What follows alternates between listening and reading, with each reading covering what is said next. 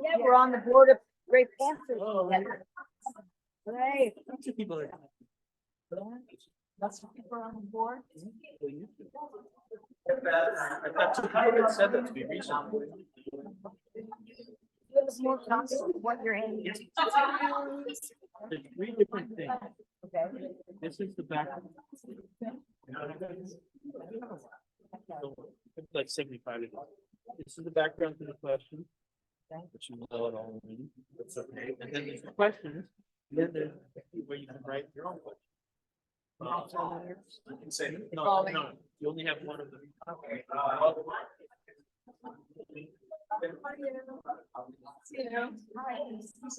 Yeah, it's a while.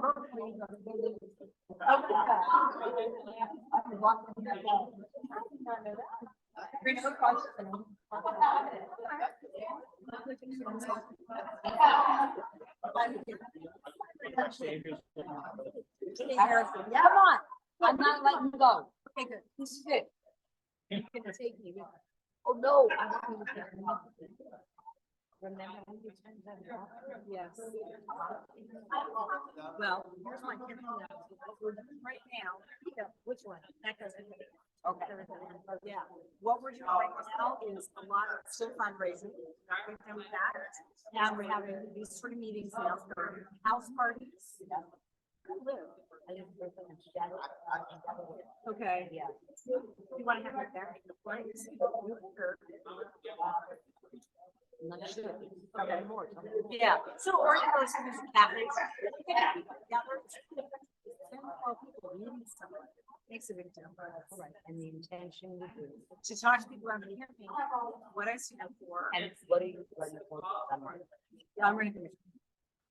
Oh my God. You didn't even know that? Oh my God. No, I just have loved you since I saw you at Great Panthers. Oh, I remember I acknowledged your mom. Yeah. That was, and then I just couldn't find it. Yeah. Okay. Email's on here. Remember? Okay. Please, make us. And you're city. I mean, I am literally like. The other night on fair and impartial policing and reimagine public safety. Right. It's the same person. It's like nothing ever. So is this at the that of the women? No, is that the council itself? Okay, because I was there. I go to all the. Yeah. Yes.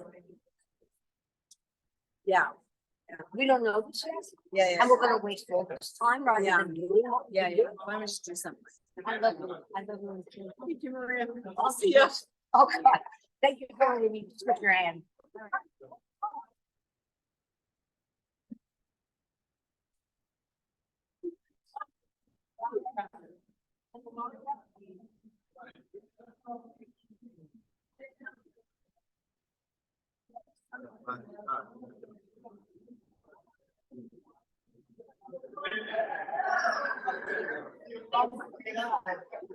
I don't know what we're gonna do with you. I don't know either. We better figure it out. I'm going will you bail me out? Maybe no.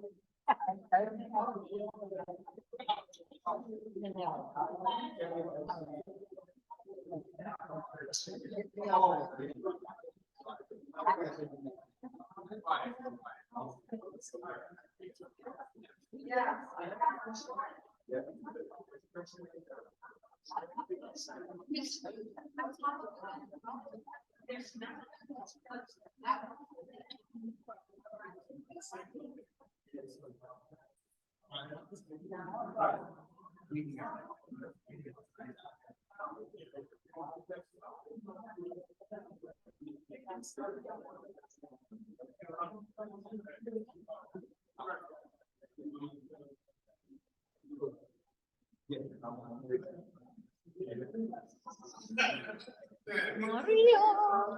Oh, yes. How you doing, kid? I'm doing good. All right. I'm doing good. Of course, I looked all from my campaign material. She I is. know, I'm gonna, my spouse is coming back. So, And there's so much negative. About the other thing. so much what? Negative. Advertising, isn't the government to have on the back of these things? Fellow, It's not mine. Yeah, no, but that's, I'm not even about it. It's, you know. No, I understand, and I just, Of course, no, those independent expenditures, they get involved. you know, we know. There's no place for them. And so people know. And it's for people. How is it going? I feel good. I feel good. I feel.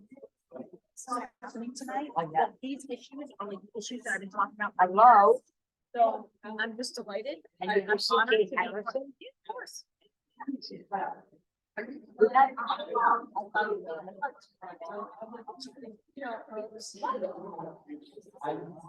She's on the great band.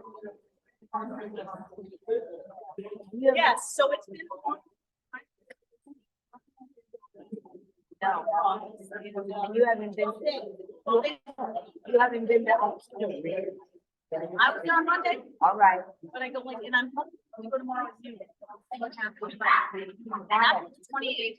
I know, I'm glad to maintain.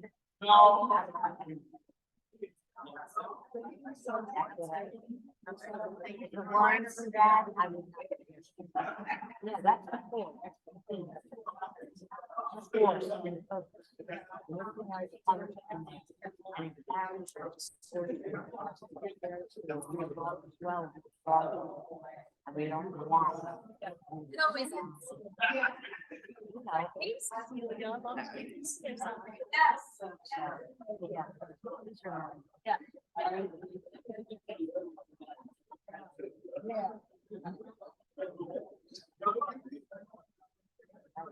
Hi there. How are you doing?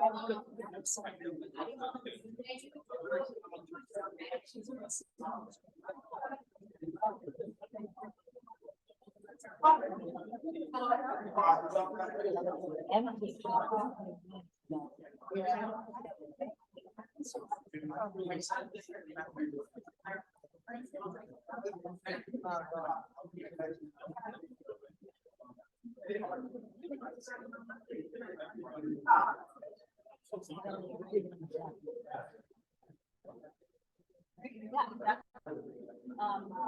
didn't want to have one.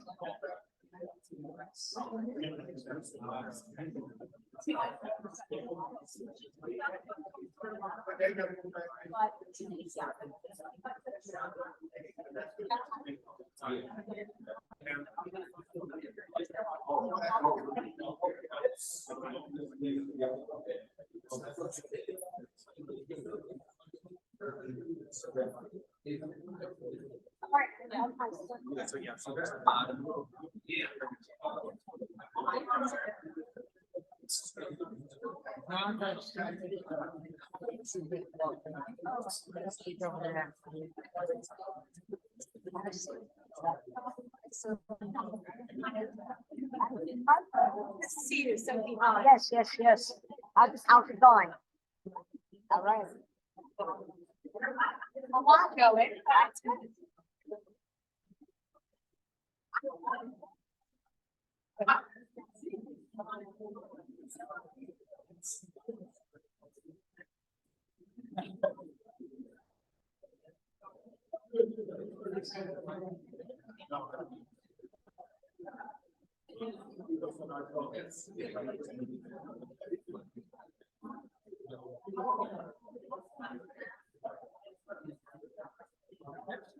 Good. What's happening?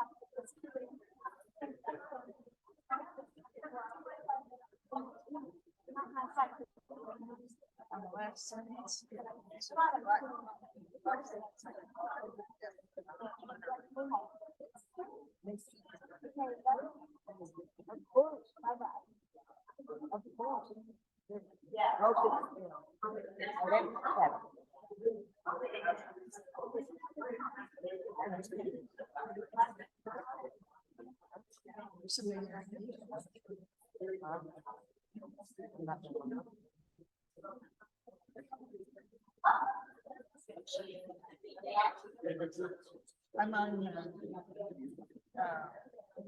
advisory board.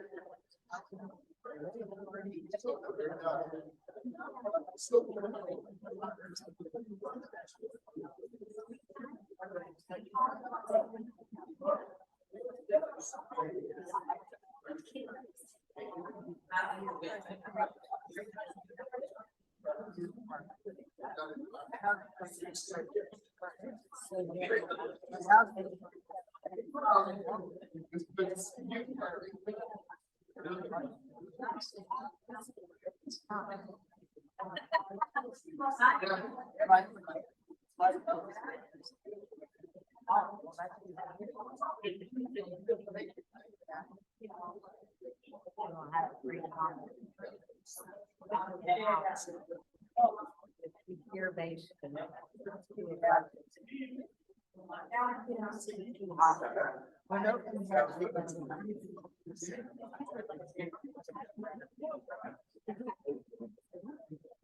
I need to try to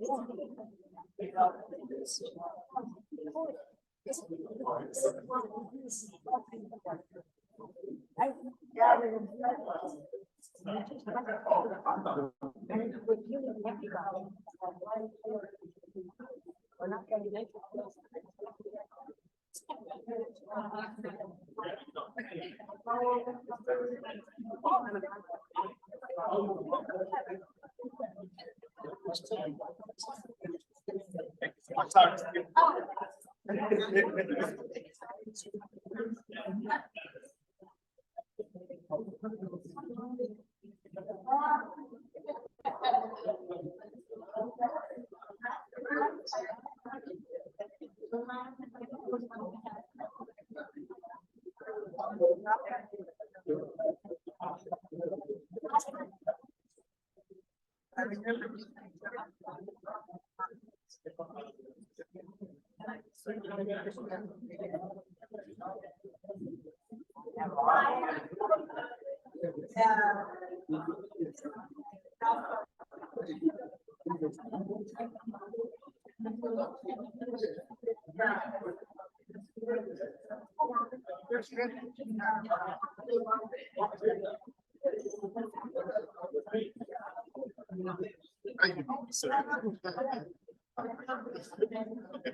What's your name?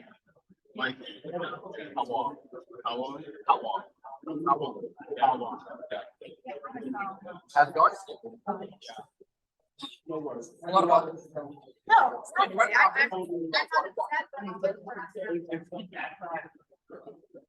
Yeah.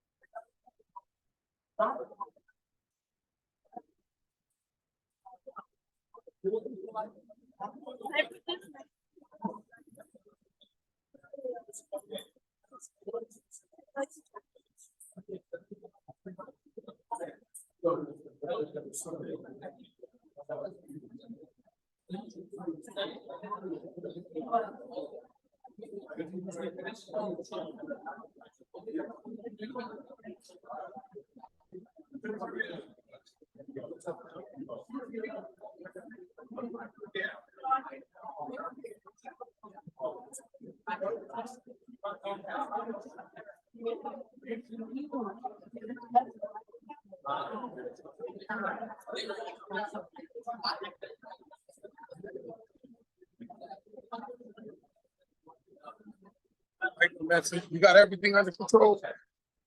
Good.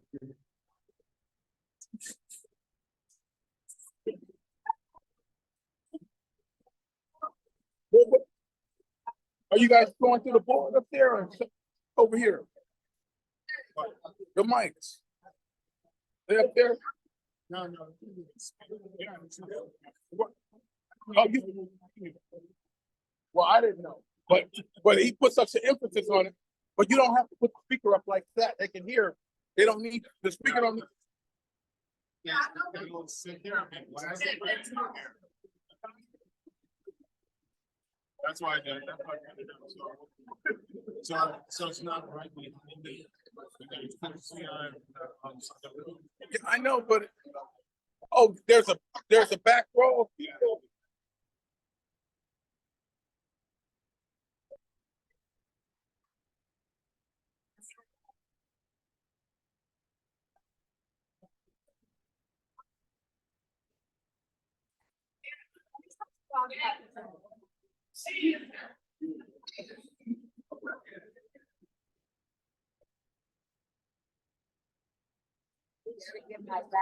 So it's 14 people. It's 14 people on the panel.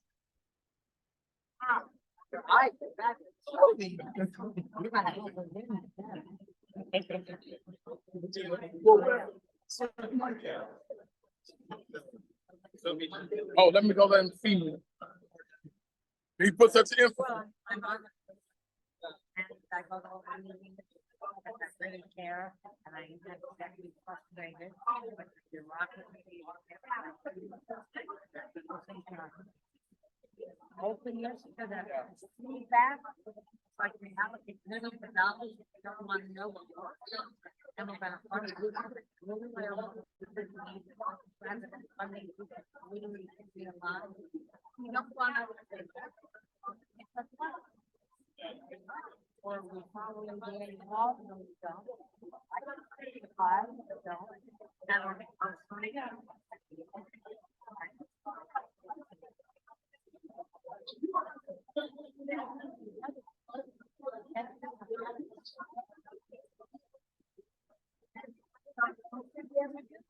Yeah. I went to one of her meetings and again, maybe people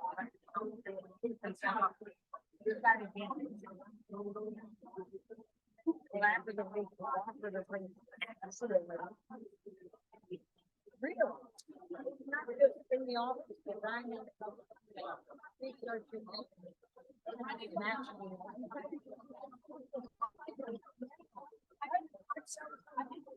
Oh.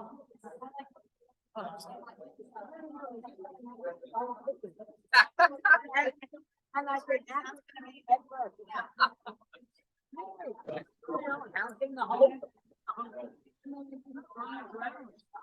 I've been up there.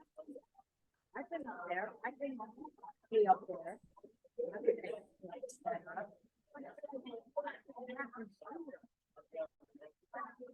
Everything is like that. Everything. And it takes a lot of people to process, especially when they get up there. No, that's why I referenced the barn first, because I can see the. And then let's see the help.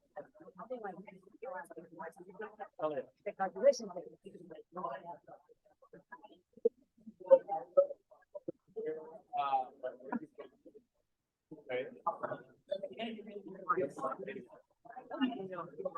Oh, New York. With accent. So anyway, if I can help, so if you ask my, I'm quite, if we find them, we're back, like George Whitman.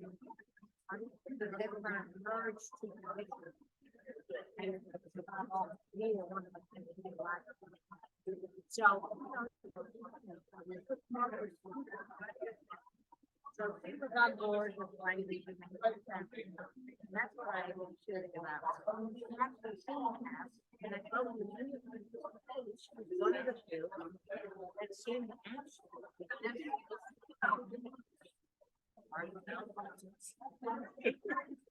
It's hard to find those guys.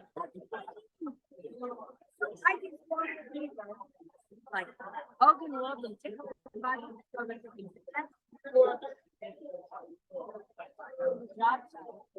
had time for a heavy. I'm done with you. Yeah. I have an easy way. What's your topic? Yeah. So it's Maria. So. 95.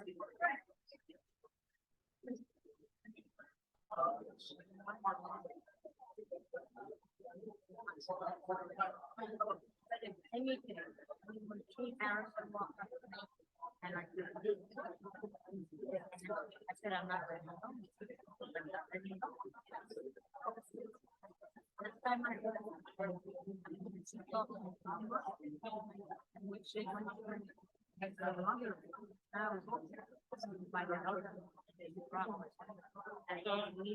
Did you get any of the paperwork? No.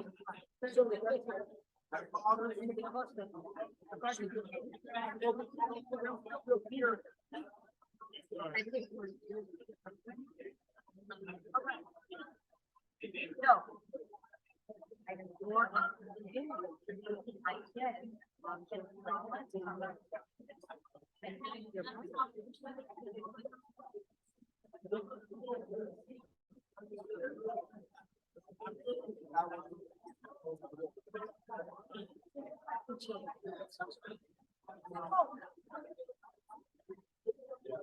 said, because I've been your eyes are just like I'm staying. So I don't have to see that. And I'm not telling you, I'm not saying it loud. I'm just telling you the truth. Not they're involved in those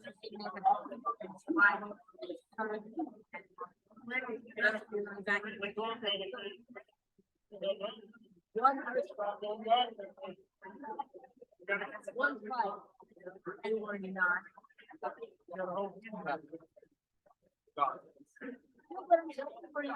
No, we're not. Look, everyone's getting. Like literally like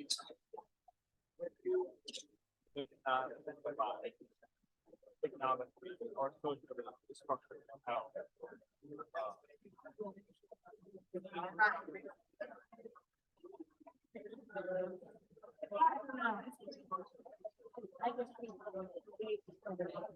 no.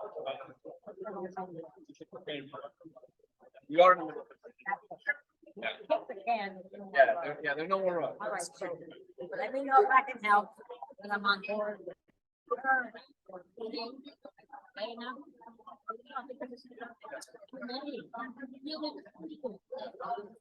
Fine.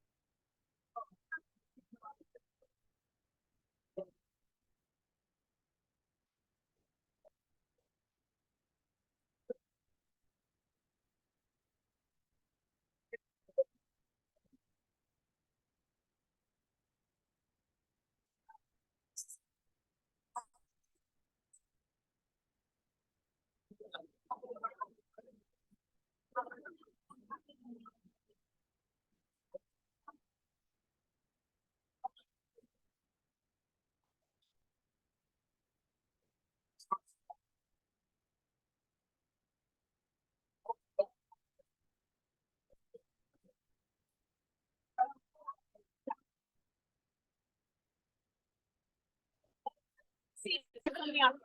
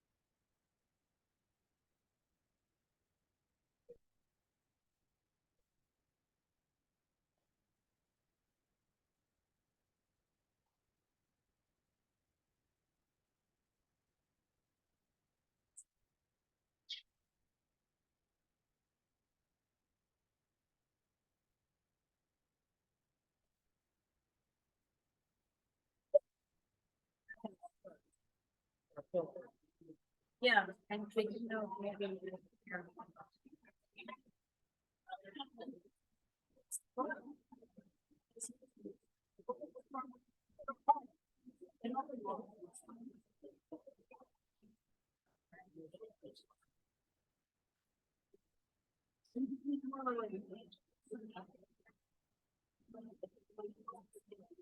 Kiki Jones.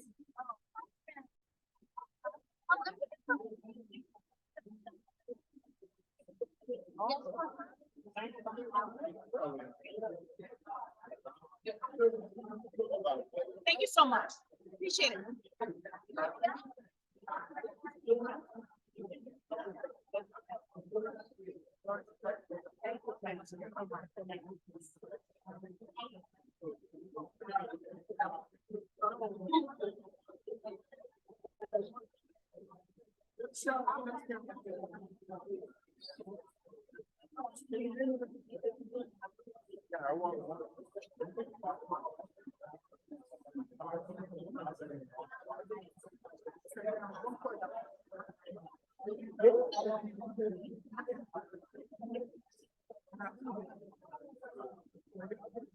Yeah, just get the.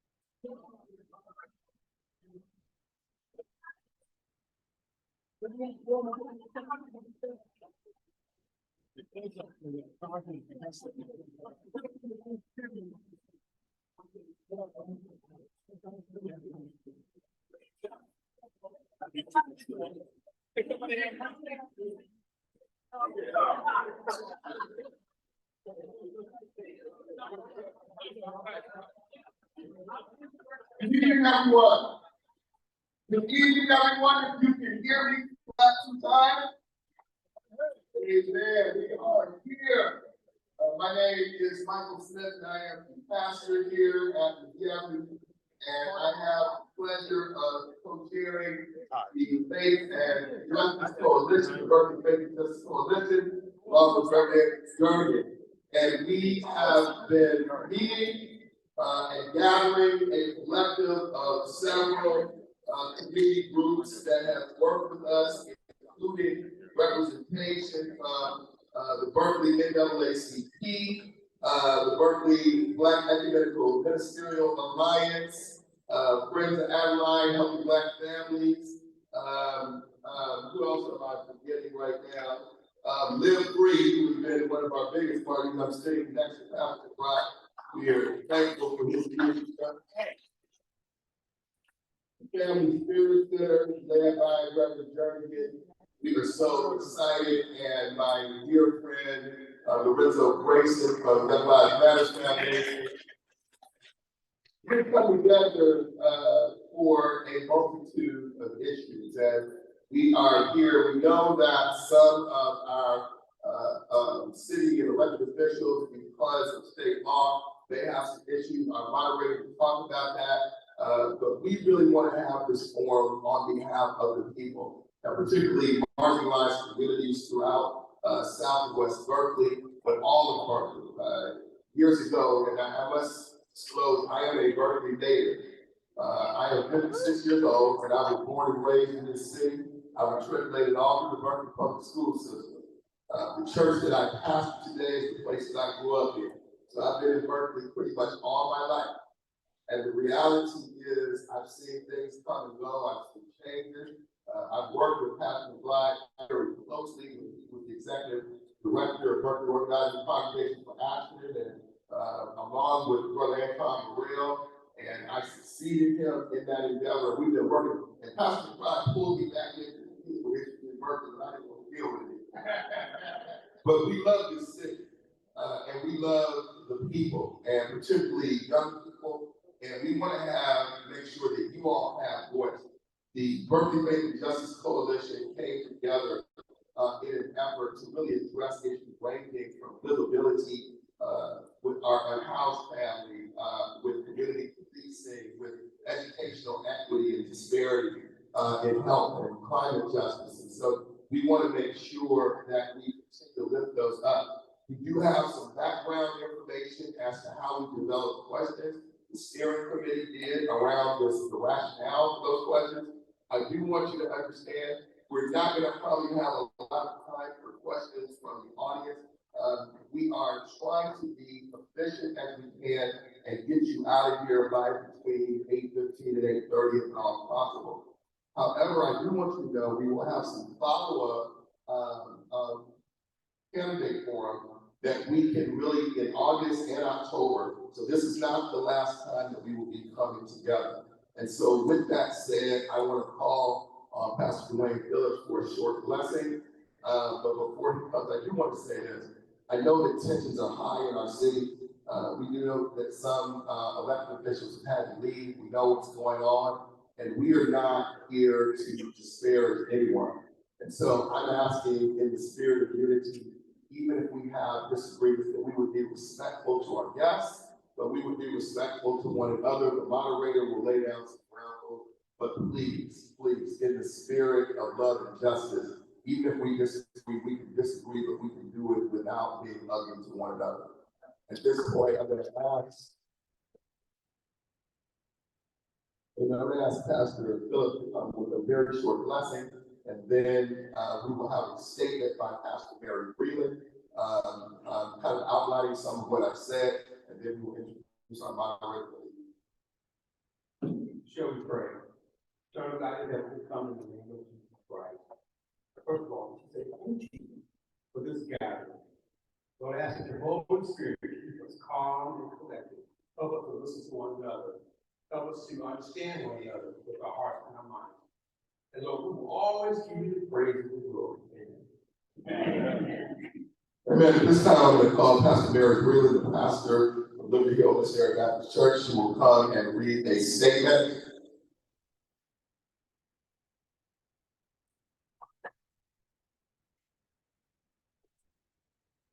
Good evening. Good evening. The challenges facing Berkeley's Black and brown populations have been well documented. Forces of gentrification, both economic and cultural anti-Blackness, have decreased the numbers of African Americans in this city from 30% to less than 7% over the last 25 years. African Americans are 8 times more likely to live in poverty here, and Latinx people 5 times more likely than whites. Although African Americans are such a small percentage of the population, Black people make up over 50% of Berkeley's homeless population and are 7 times more likely to be stopped by a police officer when driving a car.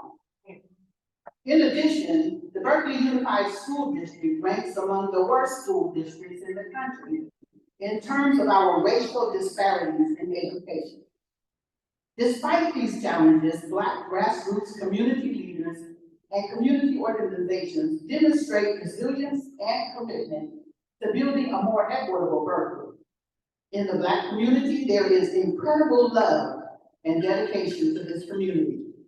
Individuals who grew up here come back from far-flung places to worship here, to volunteer as coaches and mentors, to advocate on behalf of Black youth, elders, and homeless members who are still here. Black grassroots leaders serve this community with great love and dedication, even when they can no longer afford to live here. While the city and the school district often ignore and overlook Black contributions, these leaders remain steadfast in their commitment to the community. African American grassroots contributions are rarely, meagerly, or only intermittently supported by the city and the school district. There has been a long-standing failure on the part of this city and the school district to recognize the community-based efforts to curb violence, for example. This is why the Berkeley Faith and Justice Coalition is coming together this evening to begin a different kind of conversation. Until local Black and brown issues have the focus of every elected official and staff person in the city and school district, this community is not safe or livable for anyone. Thank you for being here. We are grateful for your presence, and we have hope that Berkeley might yet become a community where Black lives indeed matter. Hey.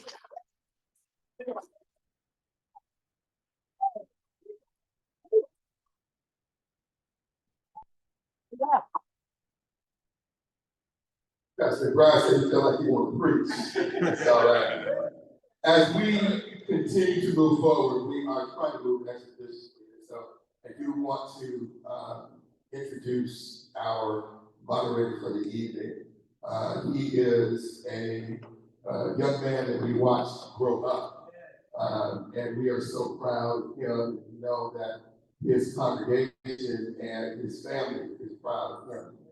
We have watched him grow up from a young man that was as sharp as he is tonight as a kid, amen. And an accomplished scholar and athlete, graduate of UCLA. We are so proud of him and everything that he has done. And he's been active, not only in Berkeley, but in Oakland. Several years ago, his father, the senior pastor of the Ebenezer Missionary Baptist Church, became ill, and he seamlessly stepped in, not to take his daddy's place, but to stand in the gap. And so we have been so impressed and so proud of him. He has been active on issues of education in the city, making sure that his church is open, active on issues of the unhoused and the hungry. And so we are so excited that now, even part of the ministry, they have done outreach when we deal with mental challenges. They are inviting people and working with halfway houses and other folks that really don't get second chances in this society. He cares not only about his congregation, but he cares about the city. We are so excited and welcome with a big round of applause and a big amen to our brother, the Reverend Kevin Craddock II. Yeah.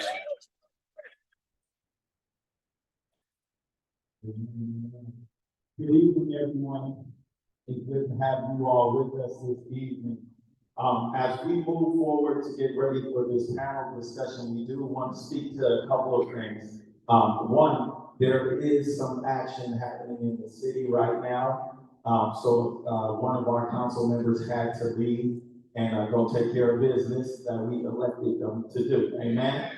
And also, because of state law, there are some elected officials who cannot sit on the panel with candidates. All right. So although they are here, they will excuse themselves from the panel this evening. Okay. We don't want anyone to get in trouble. We offer this same option to all those panelists who will come up. If you do feel compromised at any point, we ask that you do step down. Amen. But this evening is about asking some questions, right? And getting some answers. While we do have a time limit set up, it is not all day, and we do want to remind you that this is not a debate, right? There will be some short periods where there are only 60 seconds to answer a question. Now, for the community that is in the house, we do want to assure you the questions were given before this evening. So they have been reviewed by the panelists, and they will give the best answer I'm sure their heart desires to give. We do have a timekeeper here for the panelists. Right there in that corner, he'll be sitting there. At your 10-second mark, or when you are finished, actually, whether it's a minute, 3 minutes, or 2 minutes, he'll hold up 10 seconds, which means you have 10 seconds before I respectfully interrupt you. And this is so that we can move expeditiously, okay? We do want to hear from everyone. We do want to see if we have time to hear from the community that is here this evening. With that being said, I do want to ask all the panelists who are in the house, elected officials, staff, and those who are candidates to come up if you would like to be a part of this moment. Take a seat on stage, please. Front and center. Let's give our elected officials again.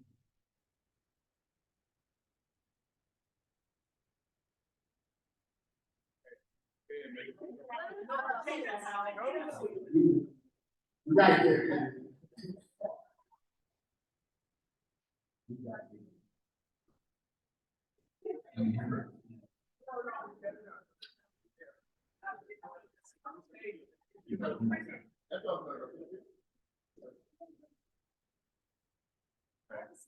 So we got additional here? Yep, here we go.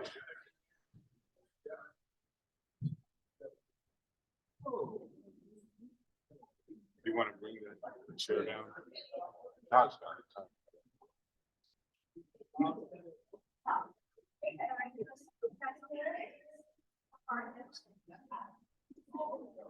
Now, as we get back to the community, we know that tensions are high, as Pastor said.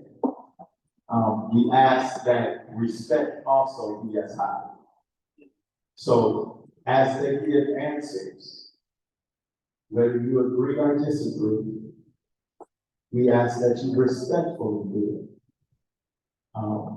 This is not a rally, but we do understand that some answers will come with a response, right? We are not new to that. You are in a black church. We want you to feel comfortable to respond. All right? Amen? Amen. At this time, we're going to ask each of our panelists to give a short, very, very short introduction. Tell us who you are and who you represent. And we can start, it's like they're busy on that corner. We can start on this corner over here.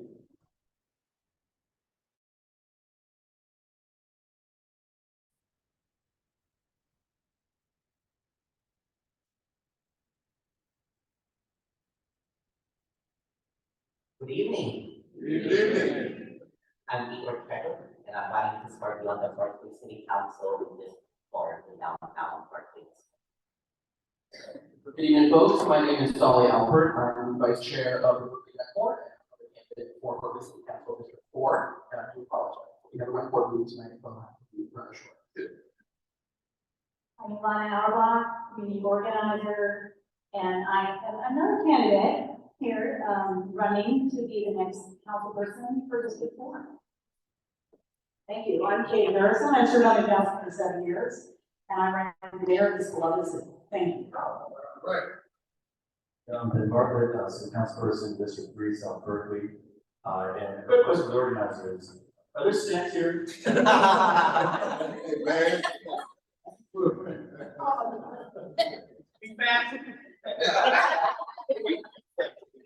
So, I'm Sophie Hahn. I am a proud graduate of Berkeley High, 79, UC Berkeley, 83. Spent most of my life in this community.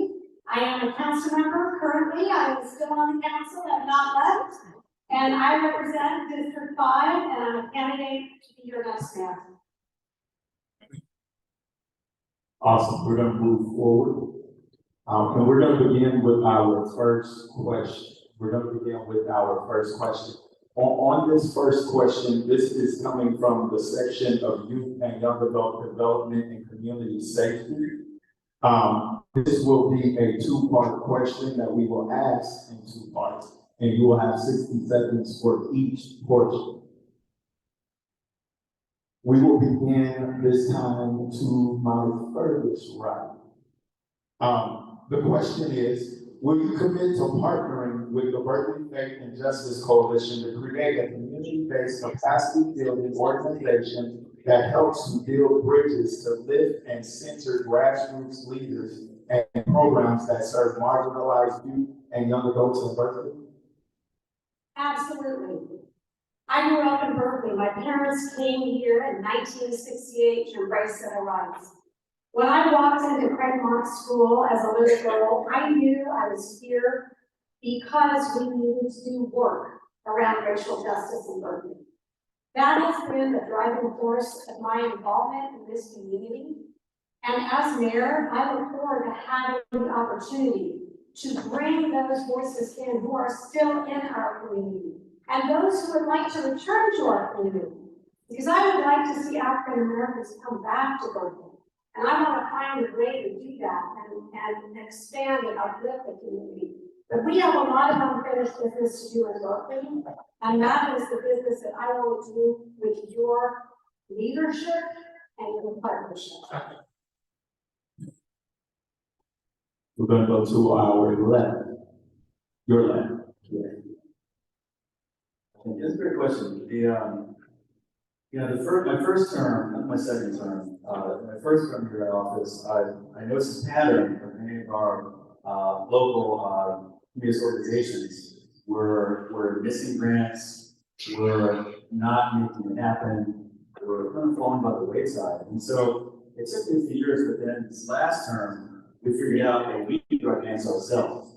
And so my office actually won $1 million grant from the state to do bomb prevention. Is that working with some of them here? And in that process, though, you might recall, we realized that the city had no apparatus to help ordinary folks want to help them figure out how to do the grants, how to do reporting, all this stuff. I mean, you say capacity building, it's capacity to do the work and show up for it. And so, yes, you do that, and there's money on the table to do that as well. And so setting up a permanent capacity building entity to help everyone achieve their goals, that's very important. Yeah. Well, thank you very much. I have focused a lot on youth in my time in the office, and I've done that with all of you. We made possible for Boys to Men and Engineer Jackson for funding from our council budget. We created the People's Budget with Berkeley Progressive Alliance, which looked at how we fund things that people really want, and expanded those budget allocations from the city council. I worked with the youth to create youth spots on the Climate Commission so that they can be represented and not just told, later. I've done events with Rural Power, and I've done with the Rapids. I'm a big supporter of the African American Resource Center, which is under threat from our city administration for cuts, and we needed to make sure that that did not happen in the face of some shortfalls in T1. We were holding that up as the alternative to the other wonderful programs. It needs to be the first thing that we found. I've also looked at how to support the Community Welfare Commission, which there was some talk of expanding there. They work on all the money and programs for youth and others in need in this city. And we have to support our commissions, staff, and the Peace and Justice Commission. We need to do the work directly, and I think passing on is a great first start, but we also, as office holders, have to put our minds where this effort needs to go and really work with all of them. Thank you. Maybe just quick. Yeah. The short answer is absolutely. This is a dream. This is something, I moved here in 2006. I have a lot of friends who grew up here. And they remember when community centers in all the parks, after school, after elementary school, after middle school, even in high school, that's where all the kids would go. All the kids. Not just the kids who had money, whose families had money to pay for after school programs, but all the children would go together, get mentored, do after school sports and arts and crafts and everything. And this is what we need. This is what we need also to bridge the artificial divides that keep us apart along class and racial lines. And so bringing this kind of coalition is absolutely aligned with all of my values and visions of how I want to contribute and lead here in Berkeley. So I am 100% partner. Yes, absolutely. And I think for me, the key parts of this question are partnering with the administration and community-based, right? And when folks like us run for office, we think we're pretty smart, we've got a lot of ideas. But I can't be everywhere at once, and I cannot be everywhere. I can only have my own perspective. I can only know what I can do. And I know that for the folks in our community struggling the most, it's also those communities that have the best ideas and know the most how to solve their problems. And so I am very much interested in partnering with organizations like Berkeley Faith and Justice, because we all know how to get stuff. You all know who in the community needs the help the most, and you know exactly how to get it. Thank you so much. There is no daylight, I think, between any of the candidates here. I certainly support this, that young sort yes. I've been on the zoning adjustment board since 2012. The vote that truly brought tears to my eyes, tears of joy, recently happened when we approved a variance allowing the MLK Junior Youth Services Center at 1740 Oregon to move forward, and hearing from community members how much having that center, having those youth recreational opportunities, intergenerational opportunities, also grew up in that facility, and now that facility needs to grow up as well, and we're doing it. It's a deep honor. I will follow Brian Stevenson's dictate. You must be proximate to the communities that we must be proximate to the communities that we serve. I look forward to serving you and partnering on this issue. And we're gonna go to our school board member, representative. Good evening, everyone. It is my pleasure to be here as your public servant on the Berkeley Unified School District School Board of Education. I do want to acknowledge my board colleagues, Director Shanasi and Vice President Brown, for being here this evening. Because there are three of us, we do kind of have a similar Brown Act issue as the city has. Therefore, I will be here to represent as a candidate in the 2024 election. I guess it's an announcement.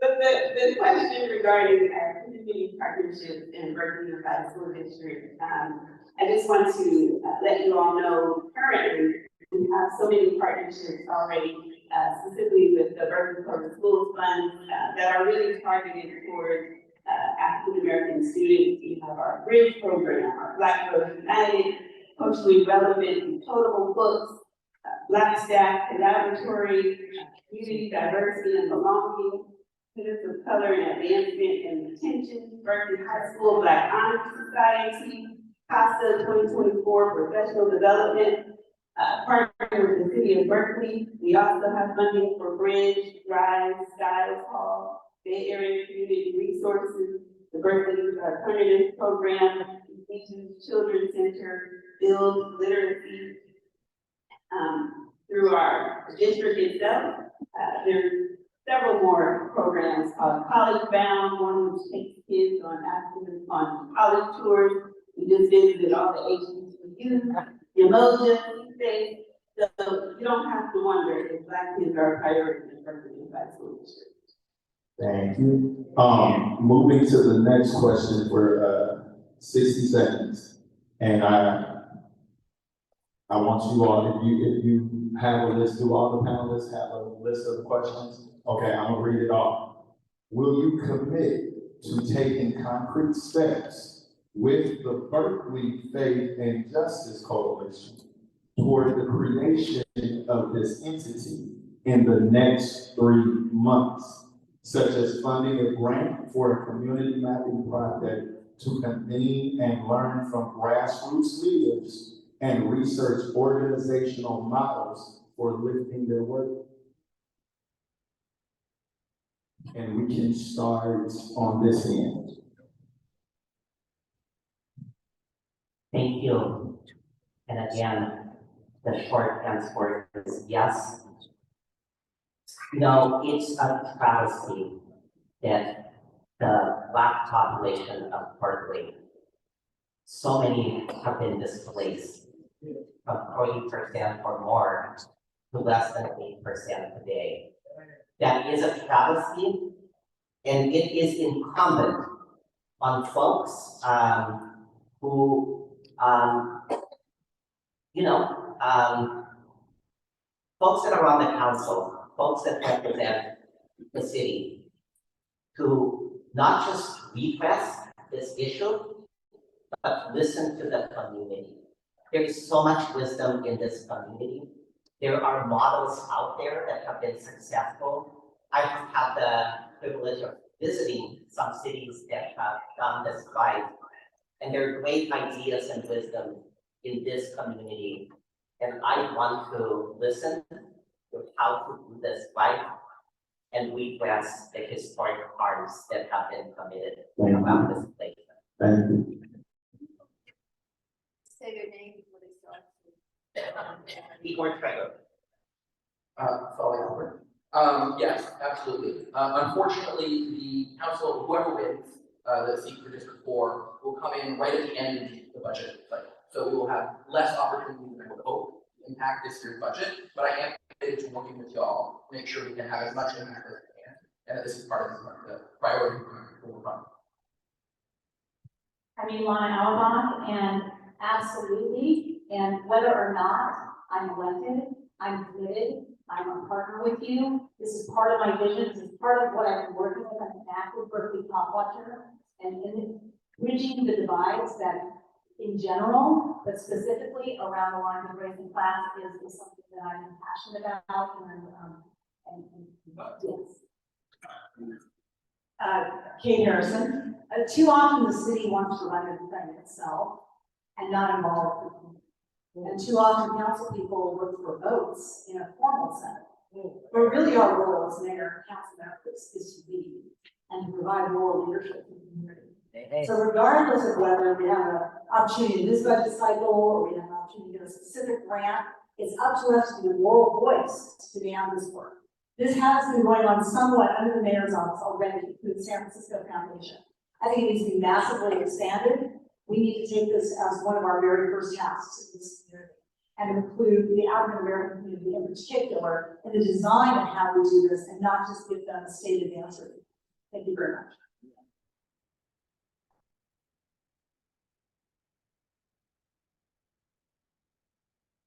Ben Robbins, yes, of course.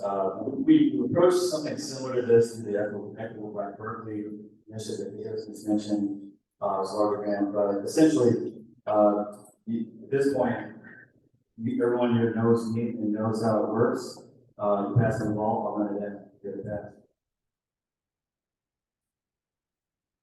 Thank you very much. So I just want to be clear. I think the #1 job of a council member is to show up and to show up and do the job. And I do that every single day. And I am here as a council member and as a candidate. And I am ready to work with any and all of you. The question is, what will we do in the next 3 months?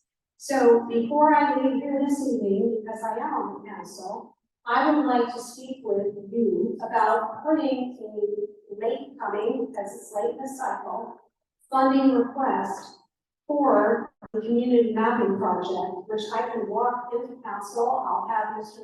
Councilmember Bartlett co-sponsor it with me, and we will get that in front of the budget committee for this cycle. So that is my commitment to you, and I'll do that before I leave today. In addition to that, I very much look forward to working with you hand in hand to see what else we can do to create those connections and lift up the programs that are important to you and come from this community. Thank you. I certainly look forward to working with our faith-based community. I am the daughter of a minister whose father understood how integration was not working for me. And as we approach the 70th anniversary of the Brown versus Board of Education, integration is still not working for us. And if it wasn't for the after-school programs that were at the church, I would not have the self-esteem that I have. I would not have the understanding of the African spirit. S was for strength. P was perseverance. I was imagination. R was responsibility. I was integrity. And T was talent. So every time I went back into that school system that wasn't set up for me, I understood I had strength. I understood I had perseverance. I understood when a roadblock came up, where's my imagination? How am I going to pull through? Because I have a responsibility to my that I must do. I must keep my moral line with my integrity, and yes, I will use my talent to reach my God-given purpose.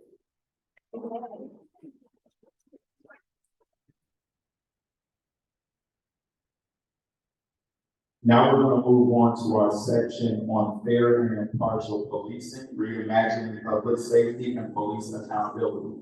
For this section, I will ask all 3 questions at once, and you will have 3 minutes each to respond. Again, I'll ask all 3 questions at once. You all have the questions with you, and you will have 3 minutes each to respond. First question. What will you do to reverse course on the failures of fair and impartial policing in Black and brown communities? Please give specific answers, including timelines. Would you participate in creating a powerful community staff council partnership to drive the implementation of reimagining public safety? And how will you ensure that through this community staff council partnership, there will be oversight of the incoming city manager? Specifically, will you support measures to greatly strengthen the Office of Police Accountability Board and the Office of the Director of Police Accountability, including a 2026 charter amendment? And would you like to begin? Yeah. He has to leave right after this question. I am officially late for my report, but I want to make sure I can answer the question for you.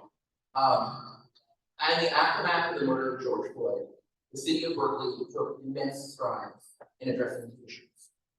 We passed great policy, and so many of those policies, so many of those initiatives have not been implemented. That consistently, it has not been a priority of the city. And quite frankly, I do not believe the current council majority has done a good job of holding her accountable to the promises that we made in 2020. That we passed, the entire community overwhelmingly passed a revision to our charter to empower the police accountability board. And the city manager has been violating, in my opinion, that charter, has not been respecting the independence or authority of the police accountability board. And so I think, yes, absolutely, we need to pass a new charter amendment to make it clear that we meant what we said in 2022 when we passed that original charter amendment. But we also need a council majority that will hold staff accountable to the values of our community. Because you have to have both. That when all we have is policy, but not accountability, the policy is good as the paper is written on. Hey, that we need a council majority that, in my opinion, far too often right now, I've seen folks who are more interested in protecting each other from criticism than in holding each other accountable. hey. And that is not our job. And so, absolutely yes, absolutely yes. You know, I would, it was a privilege to work under Councilmember Kate Harrison when we helped to write the charter that brought us where we are today. And there have been so many things I've seen since then that were not in the spirit of that charter, and that were not, in my opinion, in the letter of that charter. And so I'm looking forward to hitting the ground running and making sure that we can fully realize what we promised we would do in 2020. So thank you. Hey. You know it. Right.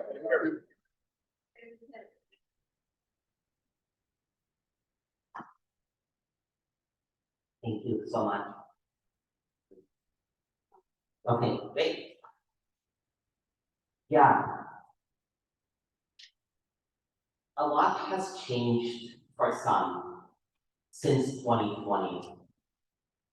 But ask that to any mother or parent of a person of color who is worried about when they go out on the street, what is going to happen if they get pulled over by police. Look, my partner is a person of color.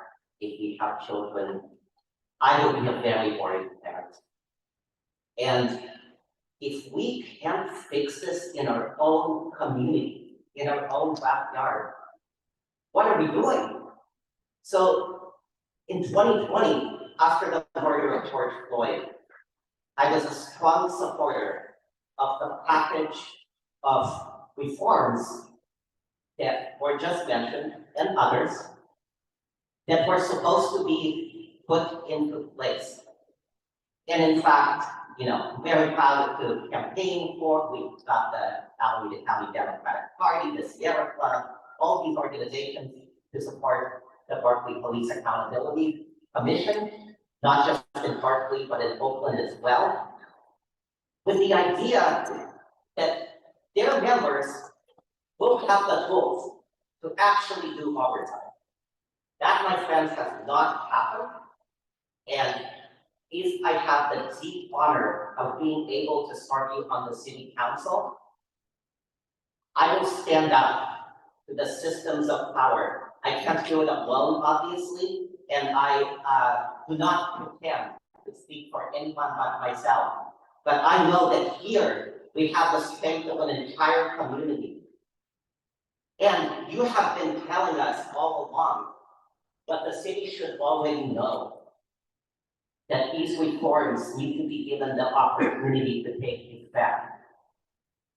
I will make sure, I will do everything in my power, at least on the city council, to make sure that our budget priorities reflect our shared values.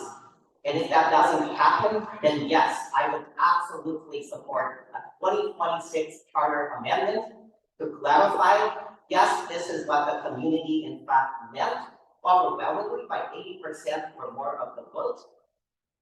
And, you know, I think one of the profound responsibilities of whoever is on the new city council will be to decide who is the next city manager. And I think that must be one of the questions that we must ask before the city makes the next hire as well. Thank you. Yes. Yes. We want to have a bond, and first, about the fair and impartial policing protocol, we have to state unequivocally that it has failed. It has been a failure. In 2023, guess how many, so there was one of the things that was supposed to happen was that low-level stops were supposed to stop, right? BPD was not supposed to pull over folks for low-level stops. Well, over 550, that's like twice a day, low-level stops were made in 2022. This is from the Berkeley Police Department's own data. And of course, you can imagine that Black people were pulled over for seatbelt violations 3 times more than you expect from the representation of the population. And there was stop for equipment violation 6 times more than expected from the representation of the population. So we have to say it is an ultimate failure. And a little background is in December 2020, this task force was preparing for a roadmap of recommendations to create the racially just policing in Berkeley. A key accountability clause was rejected by a majority of the task force, including our mayor. A few task force members were concerned that without it, their collective vision was doomed. And we have seen that it is doomed. What was the clause that they wanted in there? If the city manager does not ensure that the police department implements the plan in accordance with the timeline, the city council should replace the city manager. Okay, fair enough. The buck has to stop somewhere, and that's what's been wrong here. Our city is structured with a strong city manager, and we of course elect the council. The council are meant to act as an oversight body, as a board of directors over the CEO, who is our city manager. That has not been happening. And so if I get elected, this is what needs to happen to bring accountability. All right. Next question about the reimagining. I have been deeply immersed in following this. It is a joke. It is a farce. Many people on the city council in 2020 said we were going to defund the police by up to 50%, shrink the footprint of the police. What's happened since 2020? The Berkeley Police Department budget gone up by almost $20 million. There have been not a cent refunded of this Berkeley Police Department. Not only that, but almost 2 years ago, and y'all know about this, $2 million was allocated for a gun violence reduction and prevention program. We have local experts sitting in this room right now who told me, this man is not in the room right now, but he's, he works with them, these folks. They could have stood up a program in 3 months. Okay, in 3 months, we're going on almost 2 years. And how many lives have been lost because of that? Finally, police accountability board, absolutely, they need independent legal counsel, and we need to support them because the people want police accountability. Thank you. Hey, yeah.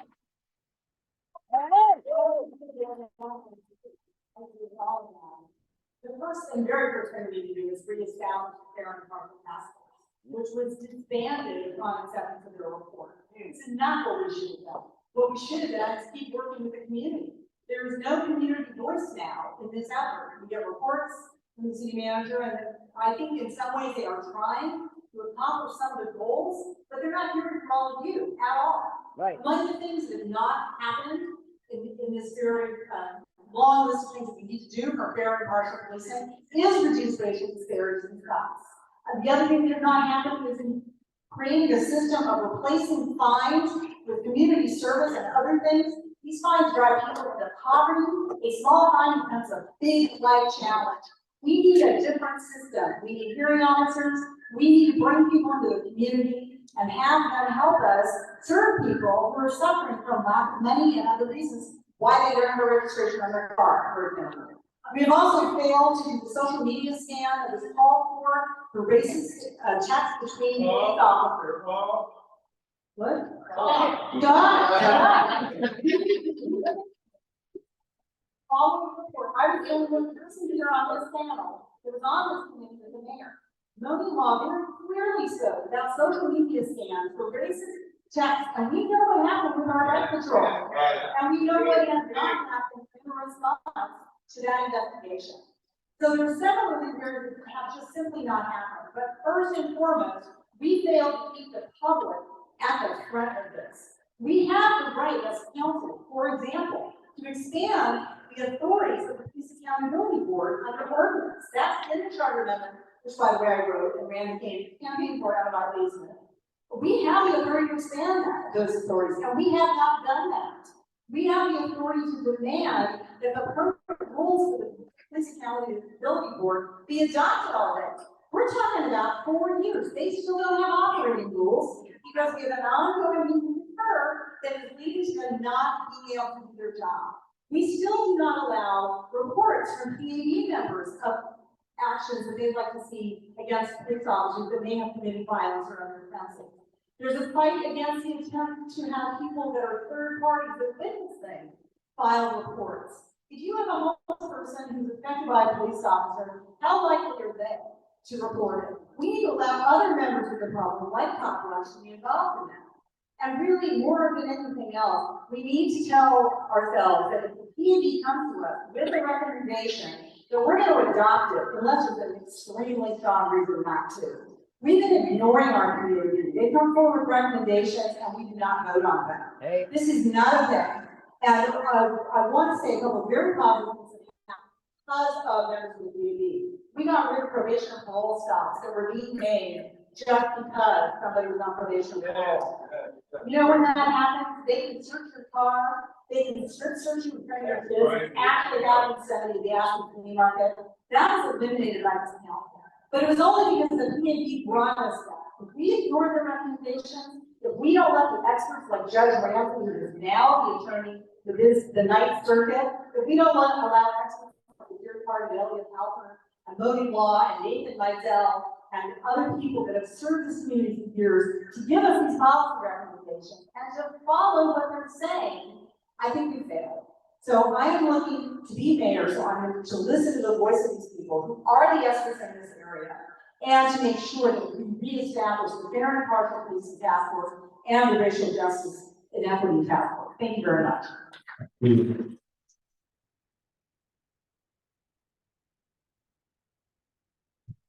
Thank you, Ben Barber here. You know, the South Berkeley neighborhood that we're in now was the genesis of this commission now because accountability board, and it was the first in the country. And many of you here remember that fight. I don't. I was born a little bit afterwards, but I heard all about it. And so it's very important that we strengthen. And just, just an example. So there's always resistance to the expansion of democracy. And all we're talking about here is just, the Constitution, the Fifth Amendment, Fourth Amendment, etc. And it's all asked for. But when a system is designed to perpetuate slavery and then manage post-slavery, it's not really about your rights. So we've got to fight for that. You got to fight for your rights. Now, the opposition to the expansion of rights is made more difficult because of all the antecedent conditions and debilitations that have caused us to leave Berkeley. Right. So now, in 1972 or 71, we were probably approaching 40% civic, 39%, 38%. Right. Now we're under 8.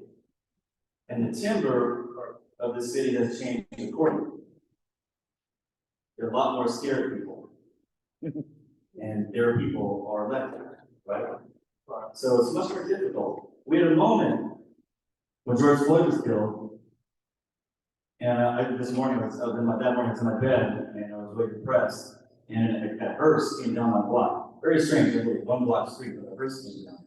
And it was obviously a sign of God, because that morning we decided to throw a party, a big funeral to bear racism in honor of George Floyd.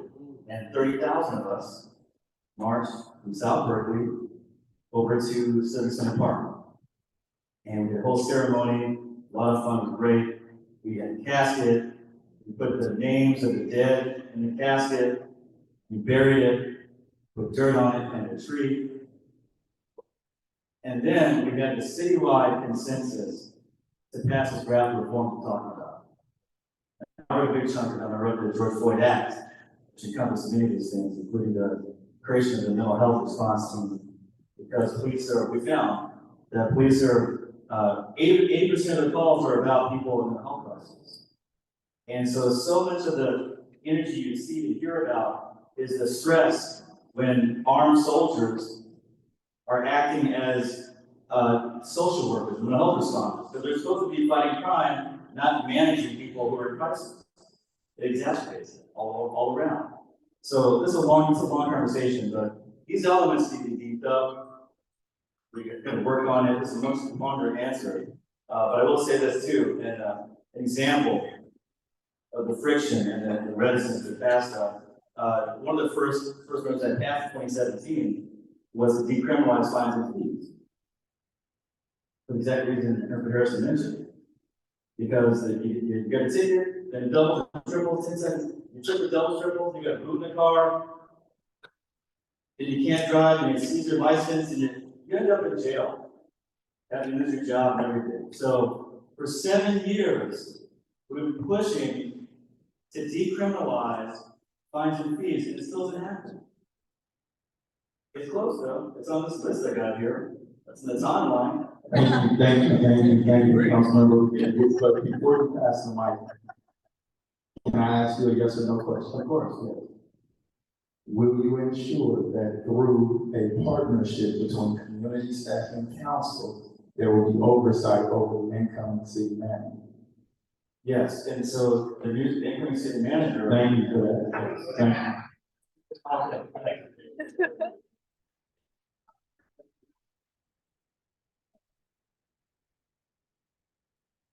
All right, everybody like that, yes. I'll start with that, yes.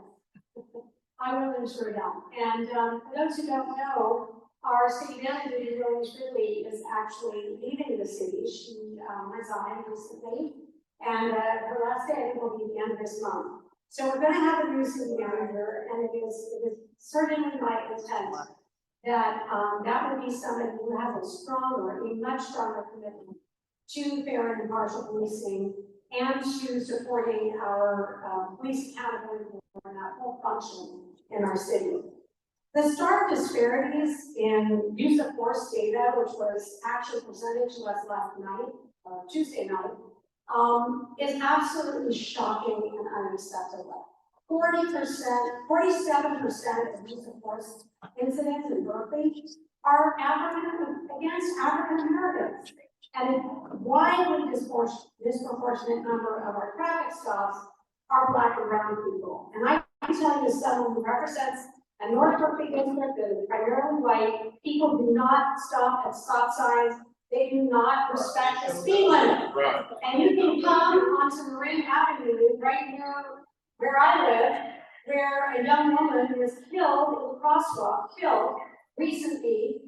And I will say that no more than 25% of the cars make the full stop at that stop sign. That is a reality. So there is absolutely nothing to suggest that there would be any reason why the overwhelming majority of traffic stops in Berkeley are Black and brown people. It's unacceptable. It's not fact-based. It's harassment, and it needs to stop. Every Black man I know has a story of being pulled over by the police for no reason, and being asked to get out of the car and asked to have their car searched. And I will tell you that every white man I know has a story or several stories about speeding or rolling through a stop sign and being pulled over and getting away scot-free. To their amazement, it's amazing, right? This is a reality. Right? And the policing industry is coming up with creative ways to write this off as some statistical anomaly, or, that they're in certain neighborhoods more because there's more crime there, so they happen to see more people commit traffic violations, right? It's complete and utter bunk.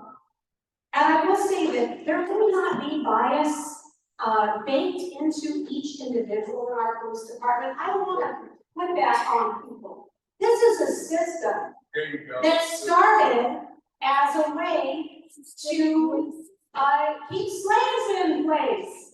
And when it's baked into our system, and when good people come into that system, they don't always have the opportunity to do the right thing. So I am very committed to the oversight. I'm outraged that we have not implemented our fair and impartial policing completely. The Police Accountability Board has been undermined, its independence, its resources from every angle. We need to turn that around, and having a city manager who will support that in every way is very important to me. Thank you.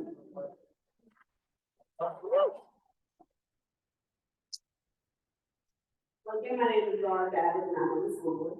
So I want to thank all of our elected officials for the work that you have done to reimagine policing and safety within our community. Because of your work, I was able to sit on a task force to kind of hear the data, to hear the information, and to make sure that the voices and perspectives sessions of our schools and our students. We're represented in those forums, as most recently participated in the RFP proposal for that $2 million that has been talked about. And so I look forward to continue making the announcement of who we awarded that contract to. And I've already given my commitment to stay connected to the implementation process of that. Thank you. Moving on to our third set of questions. Yeah, we're gonna start with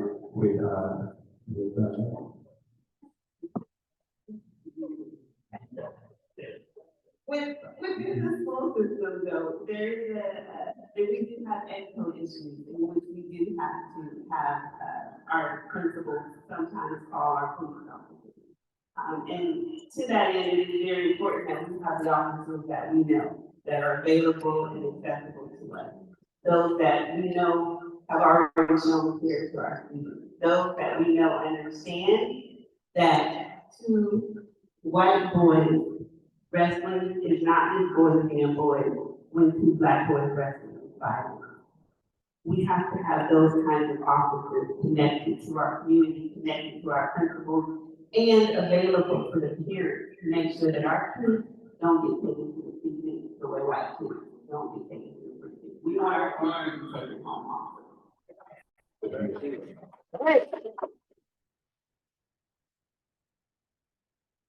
We're going to begin with Ms. Babbitt on this next question. And we're going to move to the unhoused and affordable housing section. Our first question will come from the theme of commitment to holistic solutions for the unhoused. Will you commit to implementing a comprehensive strategy to support the unhoused population in Berkeley, including immediate access to shelter and health care, as well as long-term solutions for housing stability that address mental health, substance abuse, and economic barriers? Well, as a member of the school board, again, we do have children who are unhoused in our school community. And during COVID, we had a significant amount of families that we had to make sure were removed from the street, quite frankly, and put into hotel rooms. And so work diligently with our community partners, through the Office of Family Engagement and Equity. We were very conscientious to make sure that not only did they have temporary housing through various hotels and partnering again with our city, but we also made sure that they had hotspots so that they could log on, that have safe places. They were one of the first people who were able to come back to school and learn in person. But what we really need social workers within our school. We really need support from the county to make sure that social workers can be a more ingrained part of where our children are. Thank you, and I just want to make one, I'm sorry, we have 60 seconds on this question. 60 seconds on this question. Well, I'm incredibly proud to have co-authored Berkeley's Pathways Project and homelessness in Berkeley. It was the first major piece of legislation that I put forward with Mayor Addie Green in 2017. Just yesterday, we got absolutely stunning results from a suite of humane programs and policies that we have put in place to address homelessness. A 45% reduction in unsheltered homelessness in Berkeley over the last 2 years. It is a direct result of the programs and policies that we have put in place and the funding that the community generously approved when they voted yes on measures O and P, which I also had the honor of co-authoring and co-chairing those campaigns to get us the resources to make that vision a reality. Since that time, Berkeley has housed over 1,500 formerly homeless people. And I will continue to dedicate a significant portion of my time as your mayor to the compassionate, comprehensive care and well-being of the homeless, and to ensuring that they are on a path to becoming rehoused the support services and the wraparound they need, not just from agencies, but from our community, from the mayor and from the council. Thank you, thank you, thank you.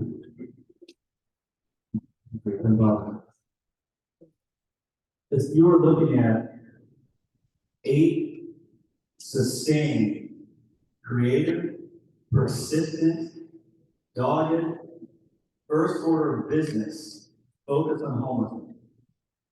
And that's why yesterday at my daughter's friend's birthday party, my phone started blowing up. Because everyone's calling me and saying, thank you, congratulations, what happened? Oh, they announced that Berkeley's homeless is now 45%. The best track record in the United States.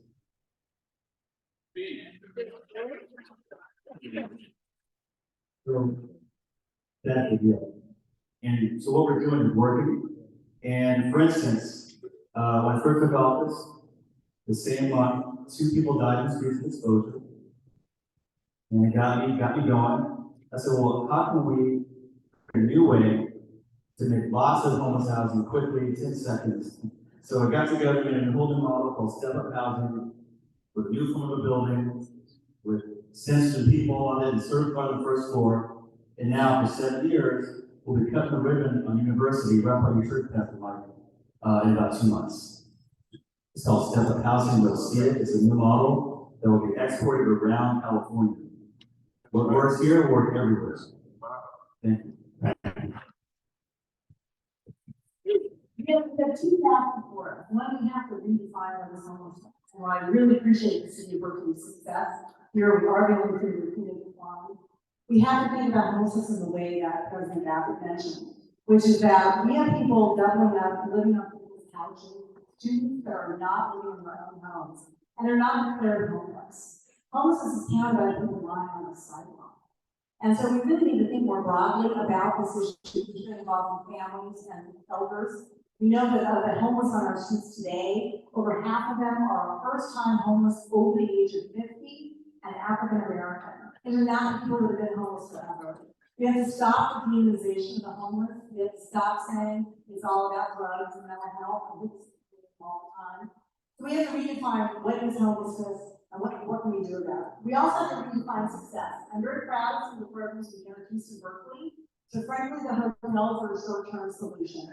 People will be there in an encampment resolution, like people from People's Park, people from the freeway, but it's not permanent housing. So the real question is, what are we doing on a long-term basis? How long are people remaining in the house? We also need to think about alternative models. A couple of them mentioned here, an additional one is the warehouse on Grayson Street, which allowed people to live inside in tents in an old warehouse. But what that did is it gave them community. And the other piece I really see that we need is to recognize that homeless people, like everyone else, want to live in community. When we lose people from the Civic Center and campus, just tiny apartments and family under Hayward, they literally die. So what we need is a system that recognizes humanity people, that's accessible to people with disabilities, and that creates long-term solutions, not just warehouse. Thank you very much.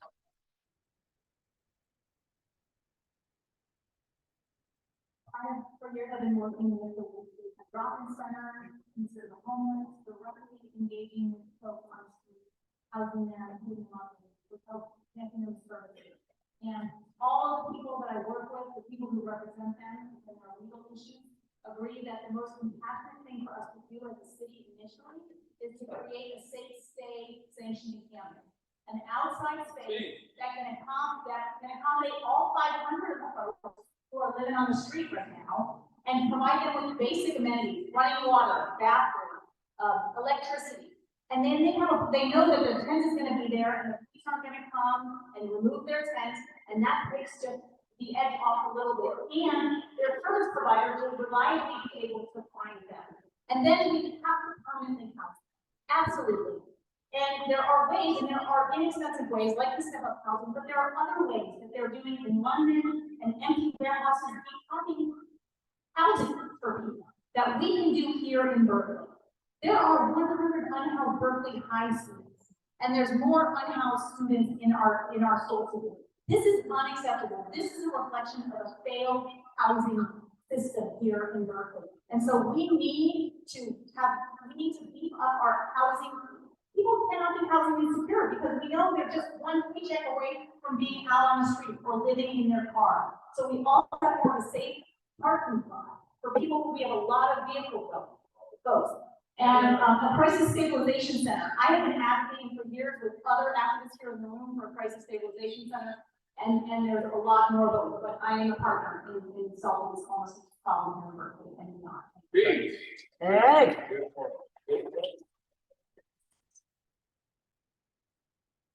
Yeah, we have done a lot of good work together. I was deeply honored to work on all of the measures that passed that tackled this measure. It gave me so much joy to help build the two West Berkeley shelters. One, unfortunately, was temporary. One is still in place.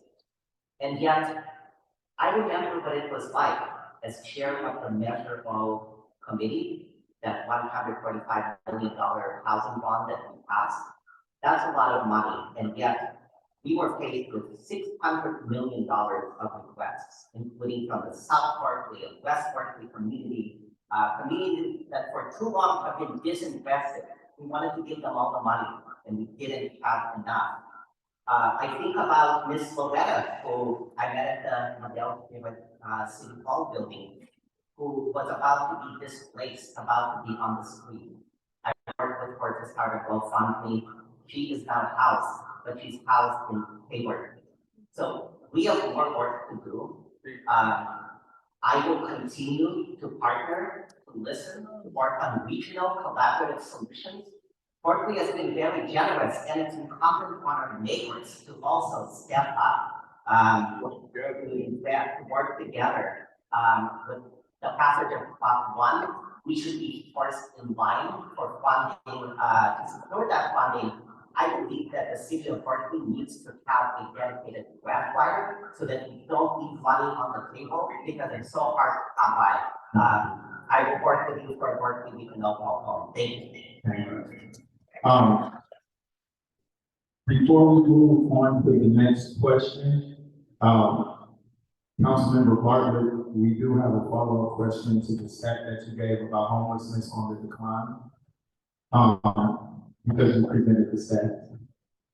Did homelessness decline because the camps were cleared, or did homelessness decline because the camps were cleared in permanent housing? Right. Actually, the homes went down because of the full spectrum approach.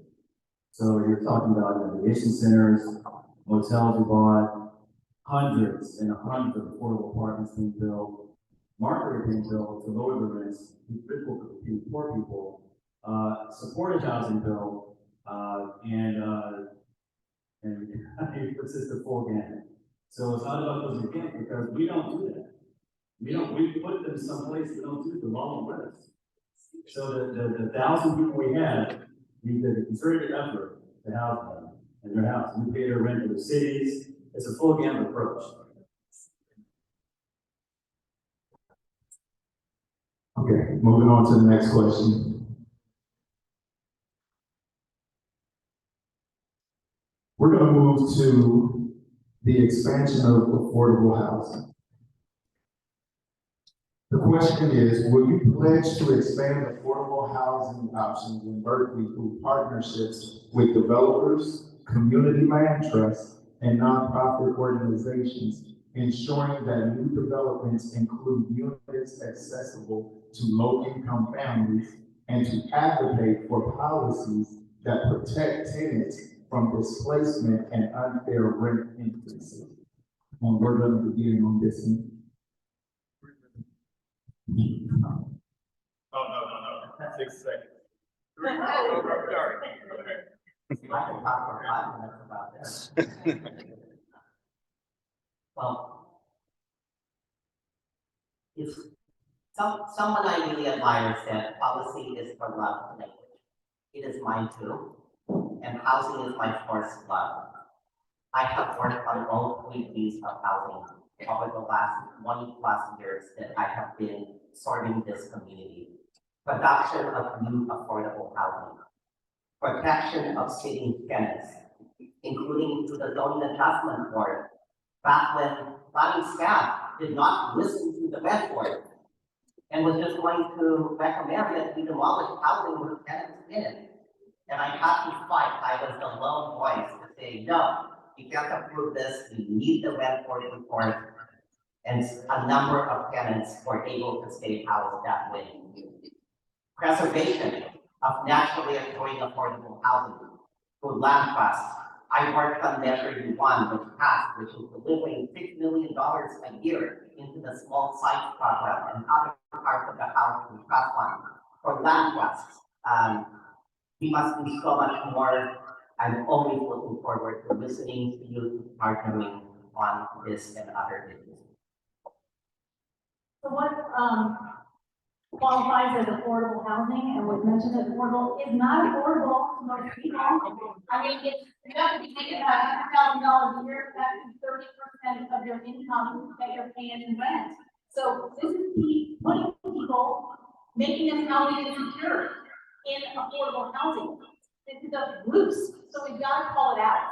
We've got to call it out, and we have to build what I call actual affordable housing, that working people, everyday people, low wealth, mid-wealth people can afford. Right. And how do you do that? Absolute land trust, innovative partnerships, innovative financing models, and we can partner with the tech foundation. We've got Salesforce, Google, Apple here, right? A lot of the housing has ballooned in price because of their employees. Right.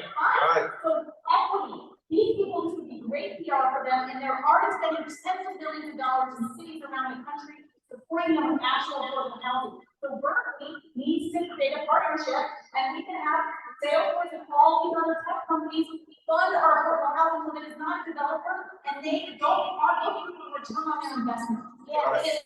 Housing, yes. We have the housing.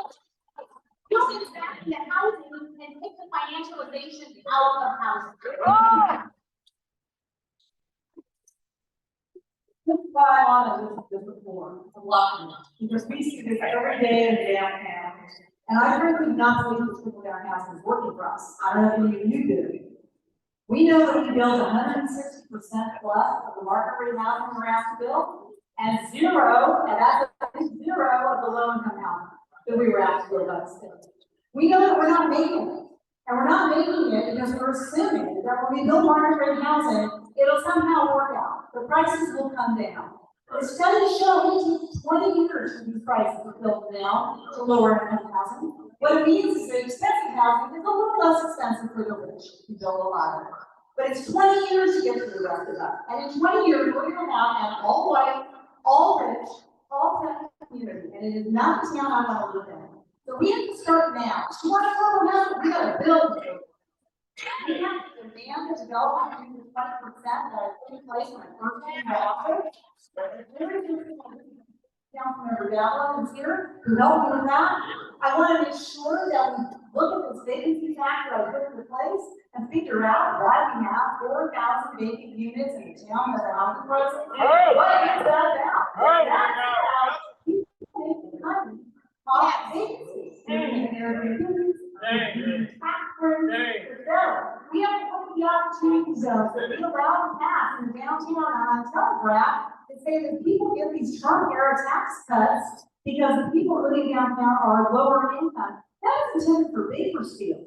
That's to help develop in places that need it. The Berkeley downtown has the highest land values in the entire city, and yet our planning department declared that an opportunity zone and let them walk away with more money. So what we need to do, first and foremost, is recognize how this economy really works. And I just want to say, having worked in 36 cities and counties in this state, I think Democrats are terrible with money. You don't know if there's a Republican town somewhere that's not saying, you can take it out of our town. What are we getting for it? This is the question we need to ask. What are we getting? Thank you very much.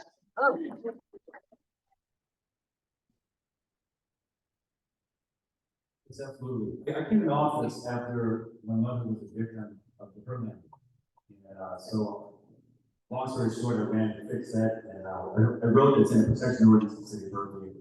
And so tenant protection is huge, and people are mentioning the 3 Ps: protection of tenants, preservation of affordable housing, and production of affordable housing. So we've done all 3. And in my district alone, I'll probably have 700 affordable apartments built in the next 2 years.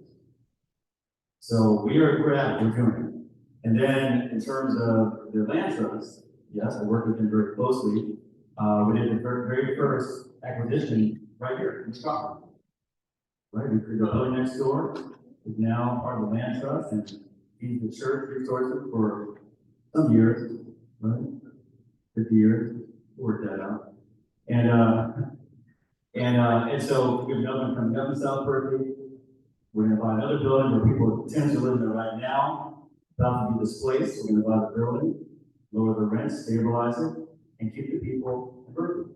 So these are tools we have to use to commit to them and funding them, because we realize that there are 2 factors working against us. One, we haven't built anything in 50 years. And that's not just here, it's everywhere. And the new generation is bigger than the baby boomers. So every county in America and every country in the world has a homelessness problem now. And a shortage of affordable houses worldwide because more people now. And the people who own the land have been stingy and not expanded. So our problem is expanded. And the other problem is cost. Every single apartment costs $1 million. Affordable apartment. So what it costs to make it. So it's a big problem. It's a lot of effort, a lot of money, a lot of time, a lot of creativity. And that's what we're doing.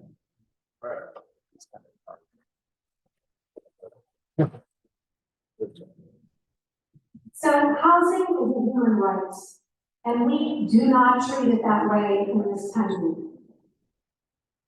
As Berkeley's next mayor, my #1 goal for this city is to establish and make realistic plans for 30% of our housing to be protected affordable housing by 2050. We need an ambitious goal. We cannot continue to just nibble around the edges of the affordability problem, which is not just a Berkeley problem, it's a regional problem. But nobody is setting high goals, and nobody is making a realistic plan to make them happen. Cities across the globe figured out a long time ago that you cannot have housing for middle and low income people without massive investments by the government. The for-profit housing model never has and never will provide a kind of housing that we need to remain a diverse and creative city. So I am interested in doing a lot more than just getting 20% affordable housing in the projects that we have. And I'm delighted by the more than 1,000 affordable units that we are in the process of building right now. But it's not enough. It's a drop in the bucket of what we need. And we need to take that spirit, that Berkeley spirit of can-do, of innovation, and break the mold on housing in America and show that we can do this with rent control, with traditional affordable housing, expanded Section 8, other vouchers, public housing. If we need to look at it again, the model that was used previously was a failure. But you know what? It doesn't always have to be a failure. So what are all the models? Unions in other countries build and maintain workforce housing. We don't even have that model in the United States. We need to break out of the small thinking and the drills that we're doing in Berkeley and commit ourselves to doing something meaningful that is truly going to provide the kind of housing we need in the long run to remain a diverse and creative city. And that is my promise to you. That is my #1 goal as mayor. Thank you. I'd just like to appreciate all that you all have said and your commitment to addressing affordable housing and to remind me that Berkeley Unified School District has a property that's been appraised at $2 million. And we would welcome the support in making sure that that property is being fire to address that issue. As we move,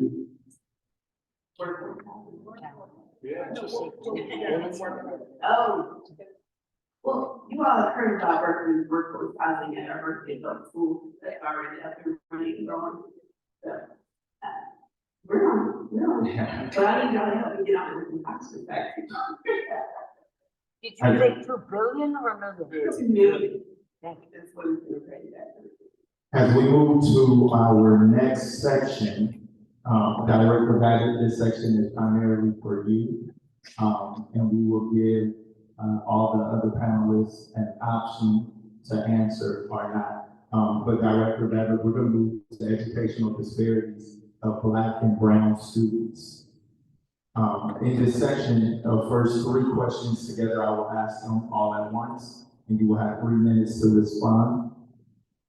This is over a short-term model.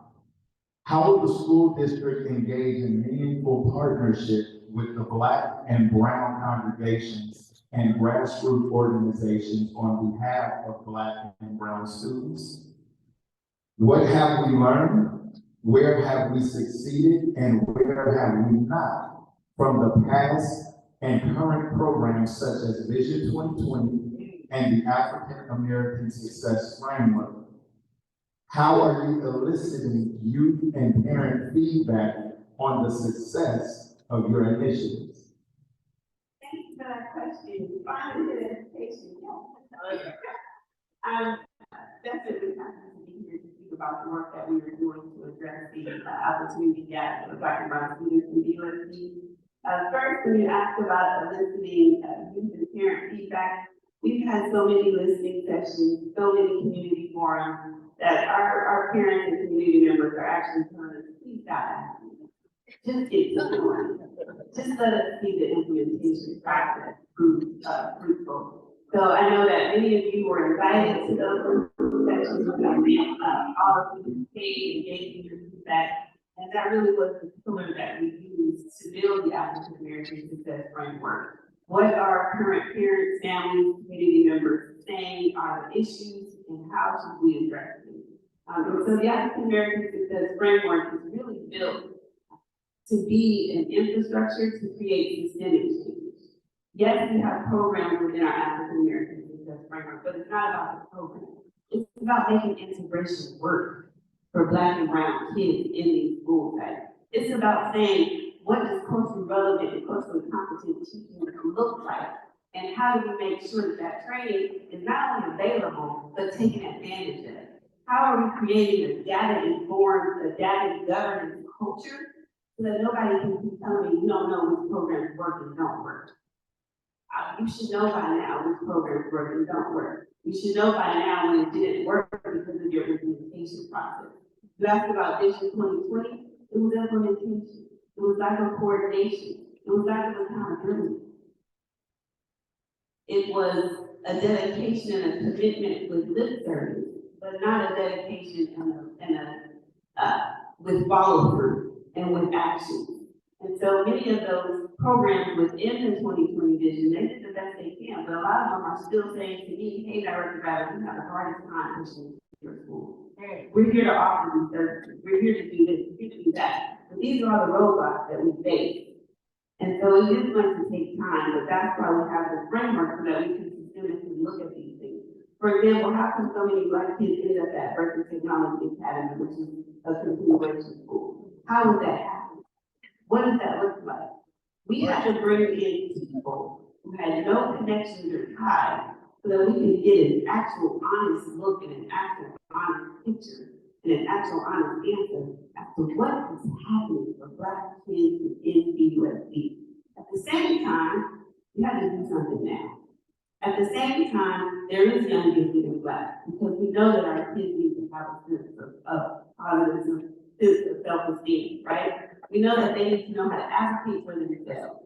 My daughter learned from young gifted in Black when she got a 98% on her final, and the teacher recommended her for intervention that same day. She went to the teacher. She said, you know, I see you gave me, you recommended me for intervention, but I just got a 98 on your phone. So I'm sure my mom will be here to talk.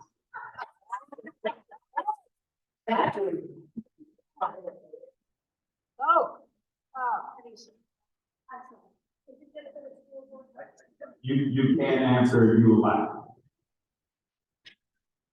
Alright, so as somebody who grew up in Berkeley and literally started in the Berkeley Public Schools in 1968, I think we've been surviving on fumes for a long time. We can't just say, oh, well, we were the first community in the country to integrate more than 50 years ago. And just say that's good enough, because clearly it hasn't been good enough. Our outcomes are outrageous. And I do not believe in an achievement gap because all students are high achievers. We have a commitment gap. We have an implementation gap. We have ideas, but we have not been true to them. We have made ourselves feel good about who we think we are, and we have not done right by our Black and brown kids. I was head of the PTA at King Middle School for 6 years because, and by the way, I'm a King myself, so I had a lot of years at King Middle School. Because of the ages of my kids, I was there for quite a while as a parent. And one of the first things I learned was that in 7th grade, African American boys, only 13% at that time were either proficient or advanced in math. So, by the time kids are in middle school, our community has already failed them. Now, I just want to say that I don't believe that the youth of Berkeley are the sole responsibility of our schools. They belong to all of us. They are all of our children. And whether we are on the school board, or we are on the city council, or we are just a community member, every one of those children is one of our children. And so the city of Berkeley actually is where the 2020 vision program is housed. And that is where the haven't followed through haven't followed. And so there is a big role for the mayor of Berkeley to play to ensure that these kinds of programs that are supposed to be citywide initiatives, partnerships between the district and the city, are actually robustly staffed, and that we can actually do the work that we have been talking about for so long that my ears are ready to fall off. And I agree with President Babbitt that we have talked and talked and talked, and where we are short is that we have not done the work. And every year we fail another generation of children. So I am committed to this work, and I am committed to partnering with the school district and with all of you to ensure that this ends, and that Berkeley finally realizes its promise of providing equal opportunity to all of our children, regardless of their race, religion, their background, their economic status. We have to be better, and I promise you, I will be here. I've been here my whole life, waiting to do this work with you. Thank you. For this problem is actually deeply as entrenched as the police topic earlier. This is the real system, education. I started off at Thousand Oaks School, and then I was the great people who took that against me, that my mom took me out and I went to Black Panther School. And now my friends who the Black Panther School in East Oakland are pretty successful, while my old friends from the Berkeley schools are not. And at this point, you have Black parents taking their kids to school in Oakland because they perform better. Now, the system as a whole, not just Berkeley, it's the entire system, rewards failure. My mother is a reading system person, educated for her whole life, and she goes around school districts around the country, bringing them around the reading system. And she went to BTEC, that's the school you mentioned over my district, where all the Black kids are. And she put the system in there, and it turned school around. They went from special ed to college bound. You know what they did? After graduation, they killed the program and fired the principal. And now it's back to business. So this is a much deeper issue than people are really ready for, because it involves your allies.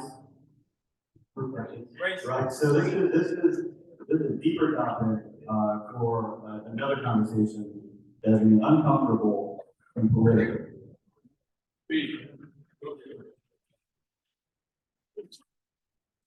I'm really not going to market for those comments because I feel that Berkeley suffers from this idea of exceptionalism that somehow we're great. And as Councilmember Hahn mentioned, this is the same thing with the reform movement. We passed something in 1973, and here we are almost 60 years later saying what happened and why don't we have this? And it's because we are too comfortable. We're too likely to say, well, we're a great little city, so it must all be okay. But it's not okay forever. I would ask though, on the 2020 plan, why is it that it fell into abeyance and pursued has not been updated in 6 years? I know Councilmember Hahn is on the 2x2 school board, and I've not heard that question raised. What happened to this work during COVID and then later? What has happened to the idea that we support our teachers moreover? This is maybe not a popular comment altogether, but I think that our need to say we stand with the superintendent of our schools when she's called before the Republican Congress and ask questions, that we stand with our teachers as they work through the really hard questions of how best to teach in Berkeley and what's the right balance in ethnic studies, what is the right balance to discussing questions like the Palestinian question. I think we need to all be behind them as we work that out locally and not let that become a football in DC. And I've seen some that have allowed that to happen. And it really concerns me. And our kids watch that. They log out of their classrooms in junior and high school, and they feel compelled to do that because of the crisis in Palestine. And then they're criticizing that. Well, how does that make them feel about their voice? So I would say that it goes way beyond the formal education in school, and it demands that all of us stand up for the educational system in Berkeley while we continue to discuss what is the right thing to be teaching to our kids and how. Thank you very much.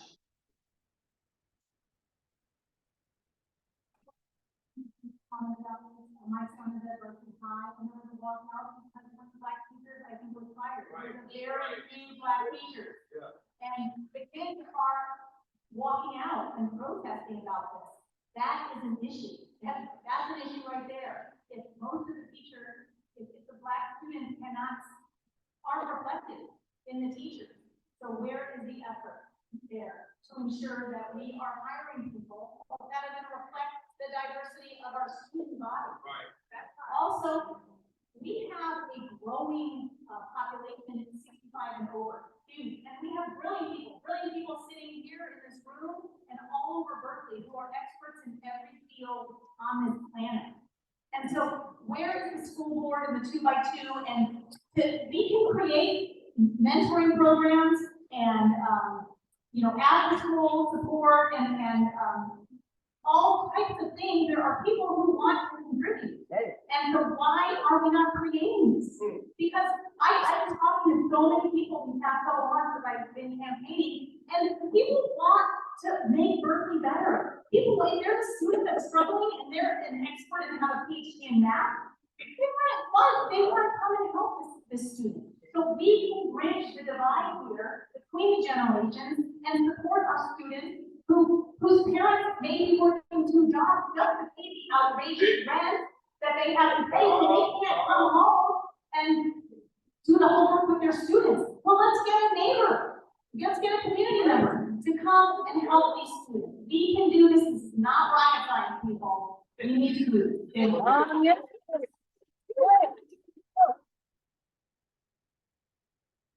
Like many have said,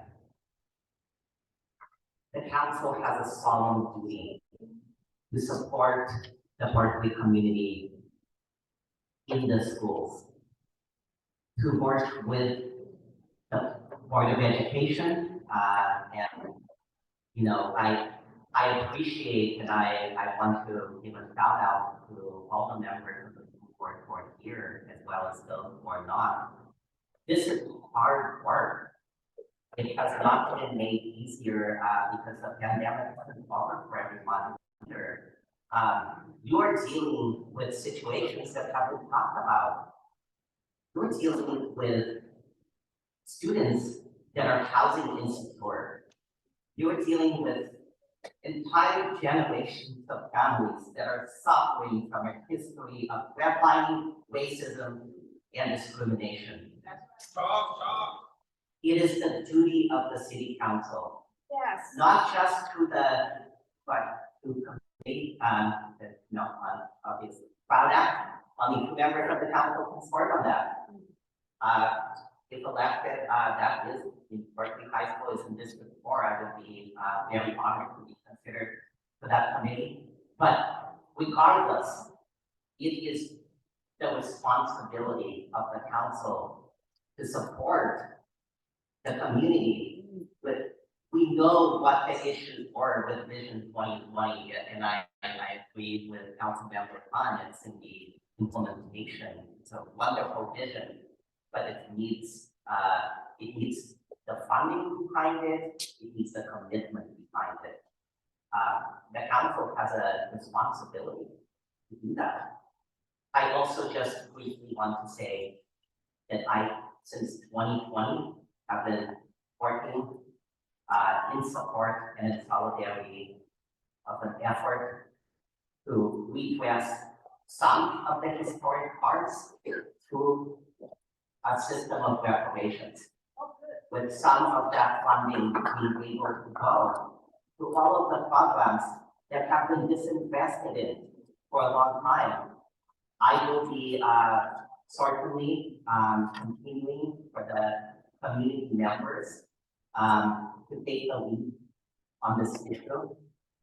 And my commitment is to continue to listen, to learn, and show up for the community. Thank you. Thank you, everybody, for allowing me to clarify a few things for city council colleagues. We did have a walkout for several reasons, but what our Black kids did was a sit-in. They sat on the steps of the community theater, and they were sitting in because in the midst of all of these other walkouts, Black kids are still being treated unfair, to say the least. They sat in because Black educators, Black classified workers are still being treated very unfairly. And so that was the goal of that protest. And I appreciate all of those students stepping up and their allies for doing that today. Also with the Vision 2020, it has been rebranded. It is now called Youth Equity Partnership. You might hear us say Berkeley yet. And you're absolutely correct. In our 2x2 community, we have been learning about this and making sure that we can better align.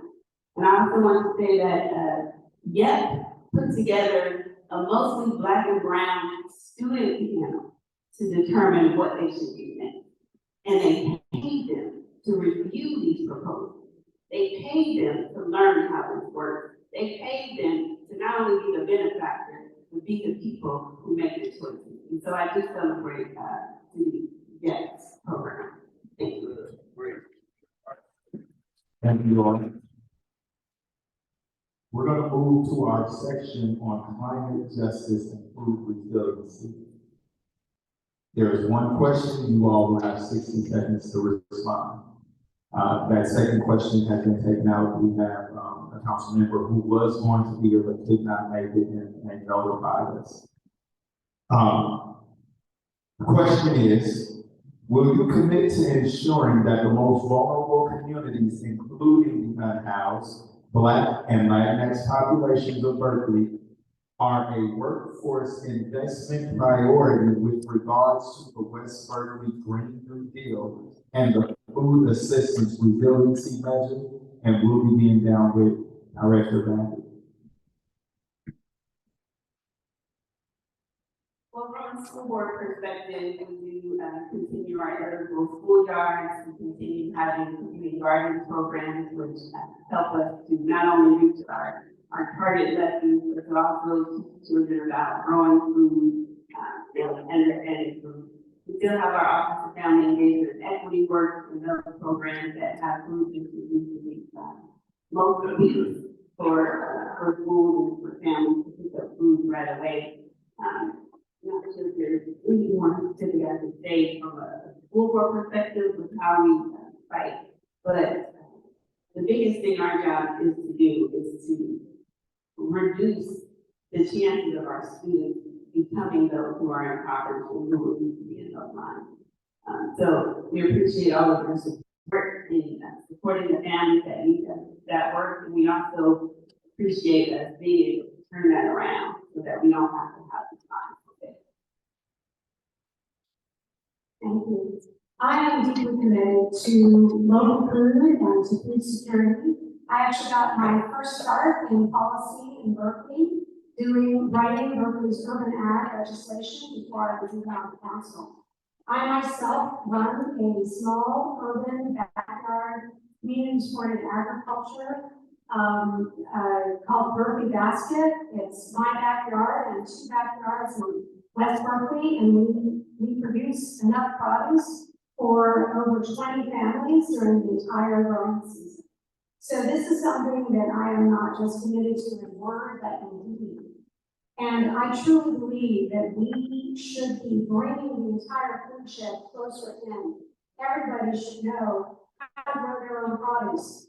If every 7th or 10th backyard in Berkeley were put under cultivation, we could actually grow enough fresh produce for the entire community. So this is work that I have always been doing, that I will continue to do, and that I look forward to doing with this community. I am learning that this is an interesting focus, and I would like to invite anyone who wants to see the gardens that we have in production right here in West Berkeley, over in West Berkeley, and also in other areas of Berkeley, because we have a viable model for growing produce in our unused backyards and unused land right here in Berkeley, and we absolutely need to engage everyone in that. So I'm very committed to this work and look forward to doing it. And I'll answer quickly. So the 2 questions were one about the economic access to the West Berkeley plan. And yes, the very first bill that passed in Berkeley back in 20, whatever year that was, 17, with the Bendex. This was the racial equity in city contracting. We found there was so much racism and barriers, so no one could start a business in Berkeley, no one city contracts. We passed that, and so that would be accessing that plan in order to open the doors up for everyone to get a piece of the big money pie in Berkeley. And second, on the food resilience, yes, I'm the author of what you mentioned the farm, the food access and resilience measure. And this is because our supply chains are thin. They broke the pandemic. Food is not moving around. The food banks in Berkeley and every county in the state and the country are stressed beyond belief. Worse than 35 years. And at this point, arable land is shrinking and the population is growing. We're living longer than we finish it. We have to quintuple food production in this world for the next 25 years. Starvation is looming. So our duty here is to feed our people. And it's also the type of work you can do outside of AI, especially if you do it as a high school grad, and no, I could graduate. You can always do this work. So the answer is yes, I designed it for those people to have jobs. Thank you. Wasting the food. Yeah, we need to partner with the farmers market and church-based organization for food-based sovereignty in our community. We also need though to think about our development practices. You talk about backyards. I am concerned with the amount of development we have in Berkeley because we are losing arable land, which means we're losing places to grow food. We're losing places for the water to drip back down into the water table. We might want to go higher in our development, but we have to think about saving our land for food and water purposes. And I think it's something that we have left out of the equation. We also need to eat locally because of the environment. We know that cattle ranching, for example, is one of the, and pig farming are one of the worst industries. These massive farms are incredibly dangerous to the environment, and they're very bad for our human health. So as we become more locally, we're gonna have to preserve this land. And while I understand the desire to do rooftop hydroponics or that kind of farming, I think that realistically, we want people to grow their own food as much as possible. I'll just say that my very first time in this church was with a group of Black youth who are involved in the farm movement and want to grow their own food. And yet we're losing these sort of patches of land. So let's get that back together. Let's concentrate in our planning processes of where we're going to do this. Not just the ideal of it, but how we actually want to accomplish it. Thank you. In 2009, the Berkeley City Council passed a climate action plan, and part of that was that a huge percentage of our food would be grown locally. So the Berkeley Basket, Urban Adama, which is an urban farm in Northwest Berkeley, and all community gardens. We need more of these. There's a vacant lot that's been vacant for 25 years behind where I live. It would be gets tons of sun, would be a fantastic place, but it's an abandoned house, and we don't know, we can't find who owns it, what's happening there. I've met people on the street who are unhoused. This one man said, all he wants to do is garden. He wants to live in a tiny home and garden. So how we can create a network of people for the Berkeley Basket, for the backyards, or to claim these open land, and in behind my property and others, that we start, breaking ground on new gardens and creating connection with the unhoused community, with people in all different parts of Berkeley, all different wealth and socioeconomic and races and everything, who want to learn this. And we can put together a program and train people and grow our food. But we just need to organize, like, follow through. So let's do that. Thank you. I was proud to support all the efforts that were mentioned. I worked with now council member on this initiative back when we were both on the Sierra Club, and make sure that the council now has a policy about the opportunities to use open space. In that way, I was very honored to be part of the West Berkeley Green Deal task force with council member Kaplan and others, and of course was worked with council member Bartlett on his farm item. So we can't do it alone, and we are up against so much money. Today there was a vote that was taken on a bill that would have capped PG&E's proposal to increase the PG&E rates, including on a single mother earning less than $40,000 a year, by another $80 to $240 if she is a renter. 2 people in committee voted for it. It needed 8 to pass. Where is the justice in that? Where's the courage? There was another decision that was made to reduce the ability of 17,000 good jobs to be able to install solar on a rooftop or a battery in a garage, including jobs created by a brother I work with, Mr. Ken Wells, who learned the trade after coming out of prison and giving the opportunity in his hometown of Box to create these jobs for other people. But because of decisions of the state, those jobs are now lost. I've taken on PG&E, another powerful investor-owned utility monopolies. I have the balance card to prove it. I've lost endorsement over it. If I had to do it all over again, I would do it all over, and instead of organizing 650 organizations, the largest coalition the state has ever seen, around community power, we would bring 1,200 organizations.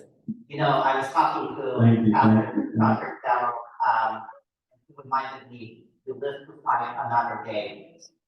Because of being able to bring frontline communities to the table, the governor gave us 15 minutes for the meeting. But because of that 15-minute meeting, we were able to at least restore a little bit of opportunity for renters to be able to save on their utility bills to clean, affordable energy. Awesome, thank you for that.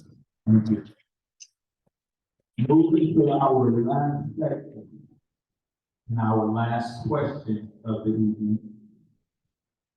You're gonna start us out. This is a question on community health. Community health. Looking forward, how will the city expand the specialized care unit at CU or other similar units to address without the use of police officers, non-violent and non-criminal crises, including the full range of physical, mental, and behavioral issues, domestic disputes, homelessness, noise complaints, and community conflicts?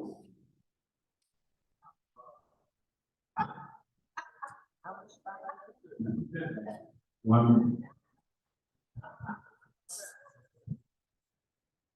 You know, I talked to the community and I talked to the Berkeley police. And both of them have told me that they would rather have someone trained in mental health crisis intervention, someone who is not armed, someone who is a civilian taking those calls. We agree, the community agrees, and now it's important that we invest in its implementation.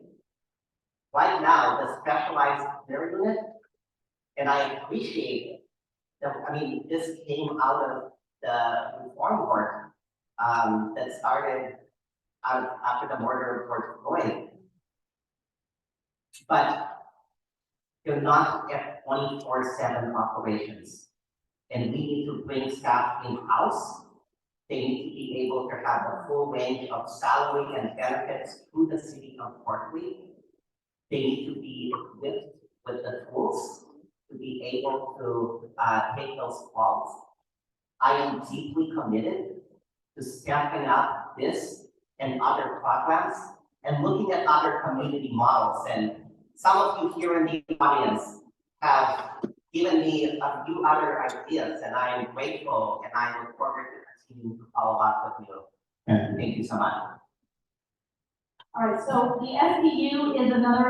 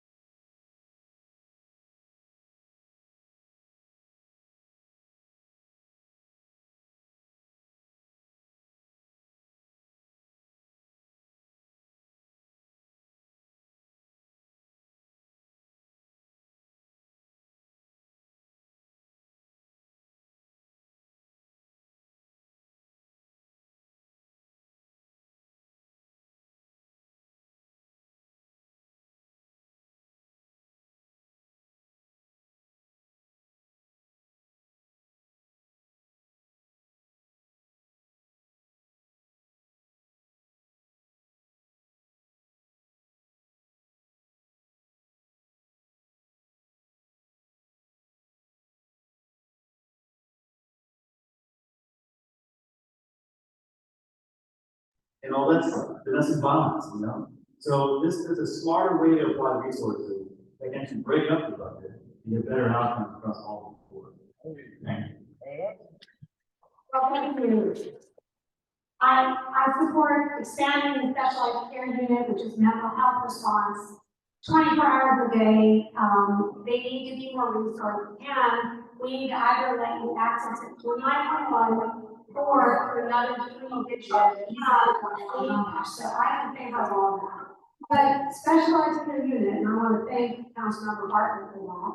And it's not housed in my district, which is wonderful.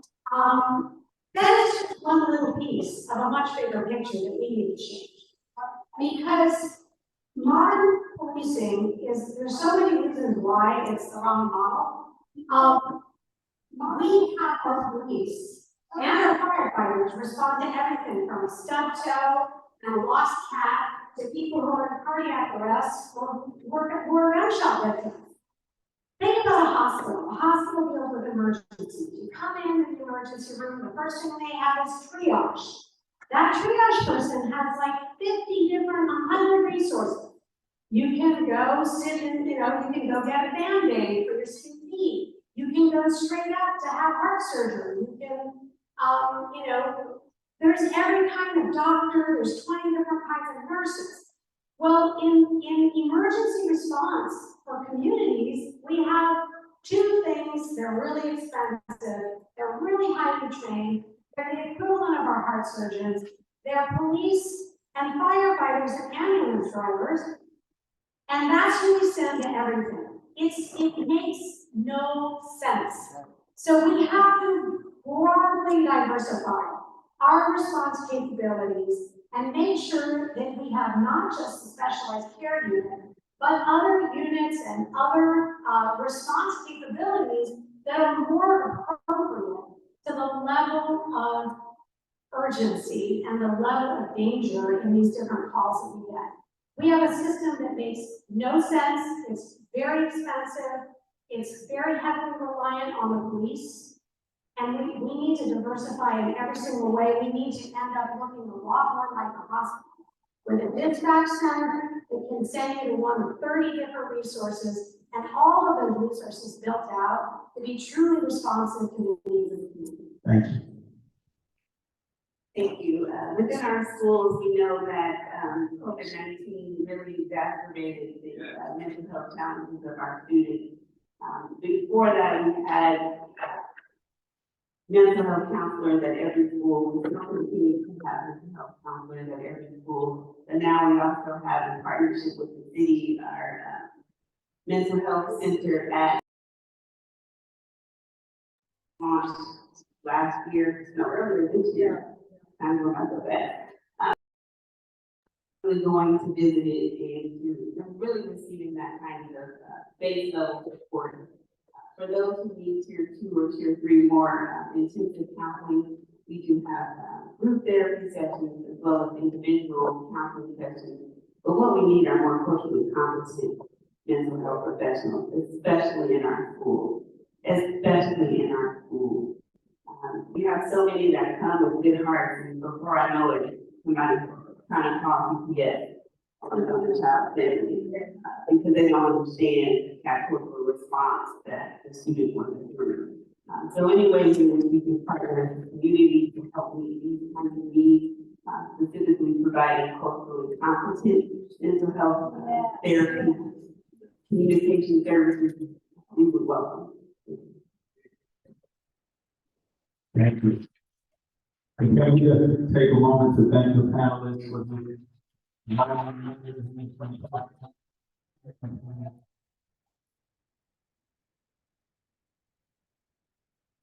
Now, we understand that all questions cannot have gotten answers that you may still have. We received one while it was going on. We ask that you please send us your questions. They have information, I believe, at the table to let you know where you can send the question to. We will get your questions to our panelists, and we also look to have another town hall in the coming months. Before we go, I'm gonna pass it on to Pastor Mike. Great job.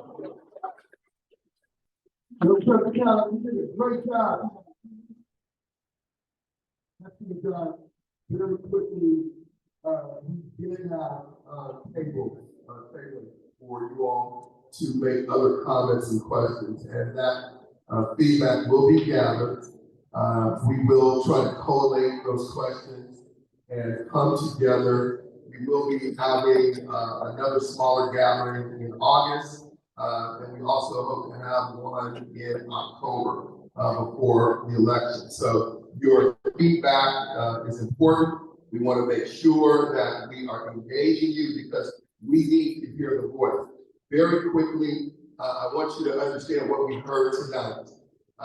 We did hear a spirit of willingness, the partnership with the Berkeley Faith and Justice Coalition and others around a variety of topics. What we would say to each of you is many of the things that you talk about that is happening at the council and school board level, there are grassroots organizations, places outside the city, not consultants, that are already doing much of this work. And I think it's important to come upon each of you to find out what's happening. There's also been efforts to try to get, thank you, former Councilmember Harrison, because I know you have reached out and Councilmember Bartlett and others have. It is important and incumbent upon all of us to understand what is going on in the totality of our community. And so I want you to join me one more time, thanking Igor Trigger. George Trolling, I believe, is Trolling Alpha. Ray Malachi. Tim Harrison. Rick Bartlett. George Nine. If you look at the Lord Family. Also want to recognize Jennifer Stafford, who came and they had to put a brown hat, they had to stop and Teresa Brown. Really appreciate you all. Very quickly, I want to recognize our steering committee for the Berkeley Faith and Justice Coalition. I know Reverend Jurgen, the co-chair of this event. Want to continue to lift up Deacon John Hawkins, Rosie Butler, who's here. Reverend Anthony Hughes, Reverend Mary Newman, Deacon Uncle John Doe, George Lickman, Sam Frankel, and Pastor Wayne Phillips, who all lifted up. They worked hard to put this together. But we want to make sure that you know that the community, a united community, it's not only Black and Brown community, but a united community. We thank your presence for all of you, different groups that have been represented here, for all of you from the community who have come out. We want you to understand that we take this seriously. We appreciate your time, and we want to continue to move forward because we want the Berkeley Faith and Justice Coalition and everybody to go forward. We want to also recognize Sister Cheryl Davila, raising her hand. But we want to continue. We want to continue to make Berkeley the best place it can be. We are going to adjourn just really with a quick blessing. Just raise your hand with me in unity together. Lord, we thank you for being gathered. We thank you for this great committee and this assembly for all who have come together. We know we come from different ideas, different perspectives, different backgrounds, but we have the purpose that we want love, justice, and unity to be with us. In your many names we pray. Amen. Go in peace.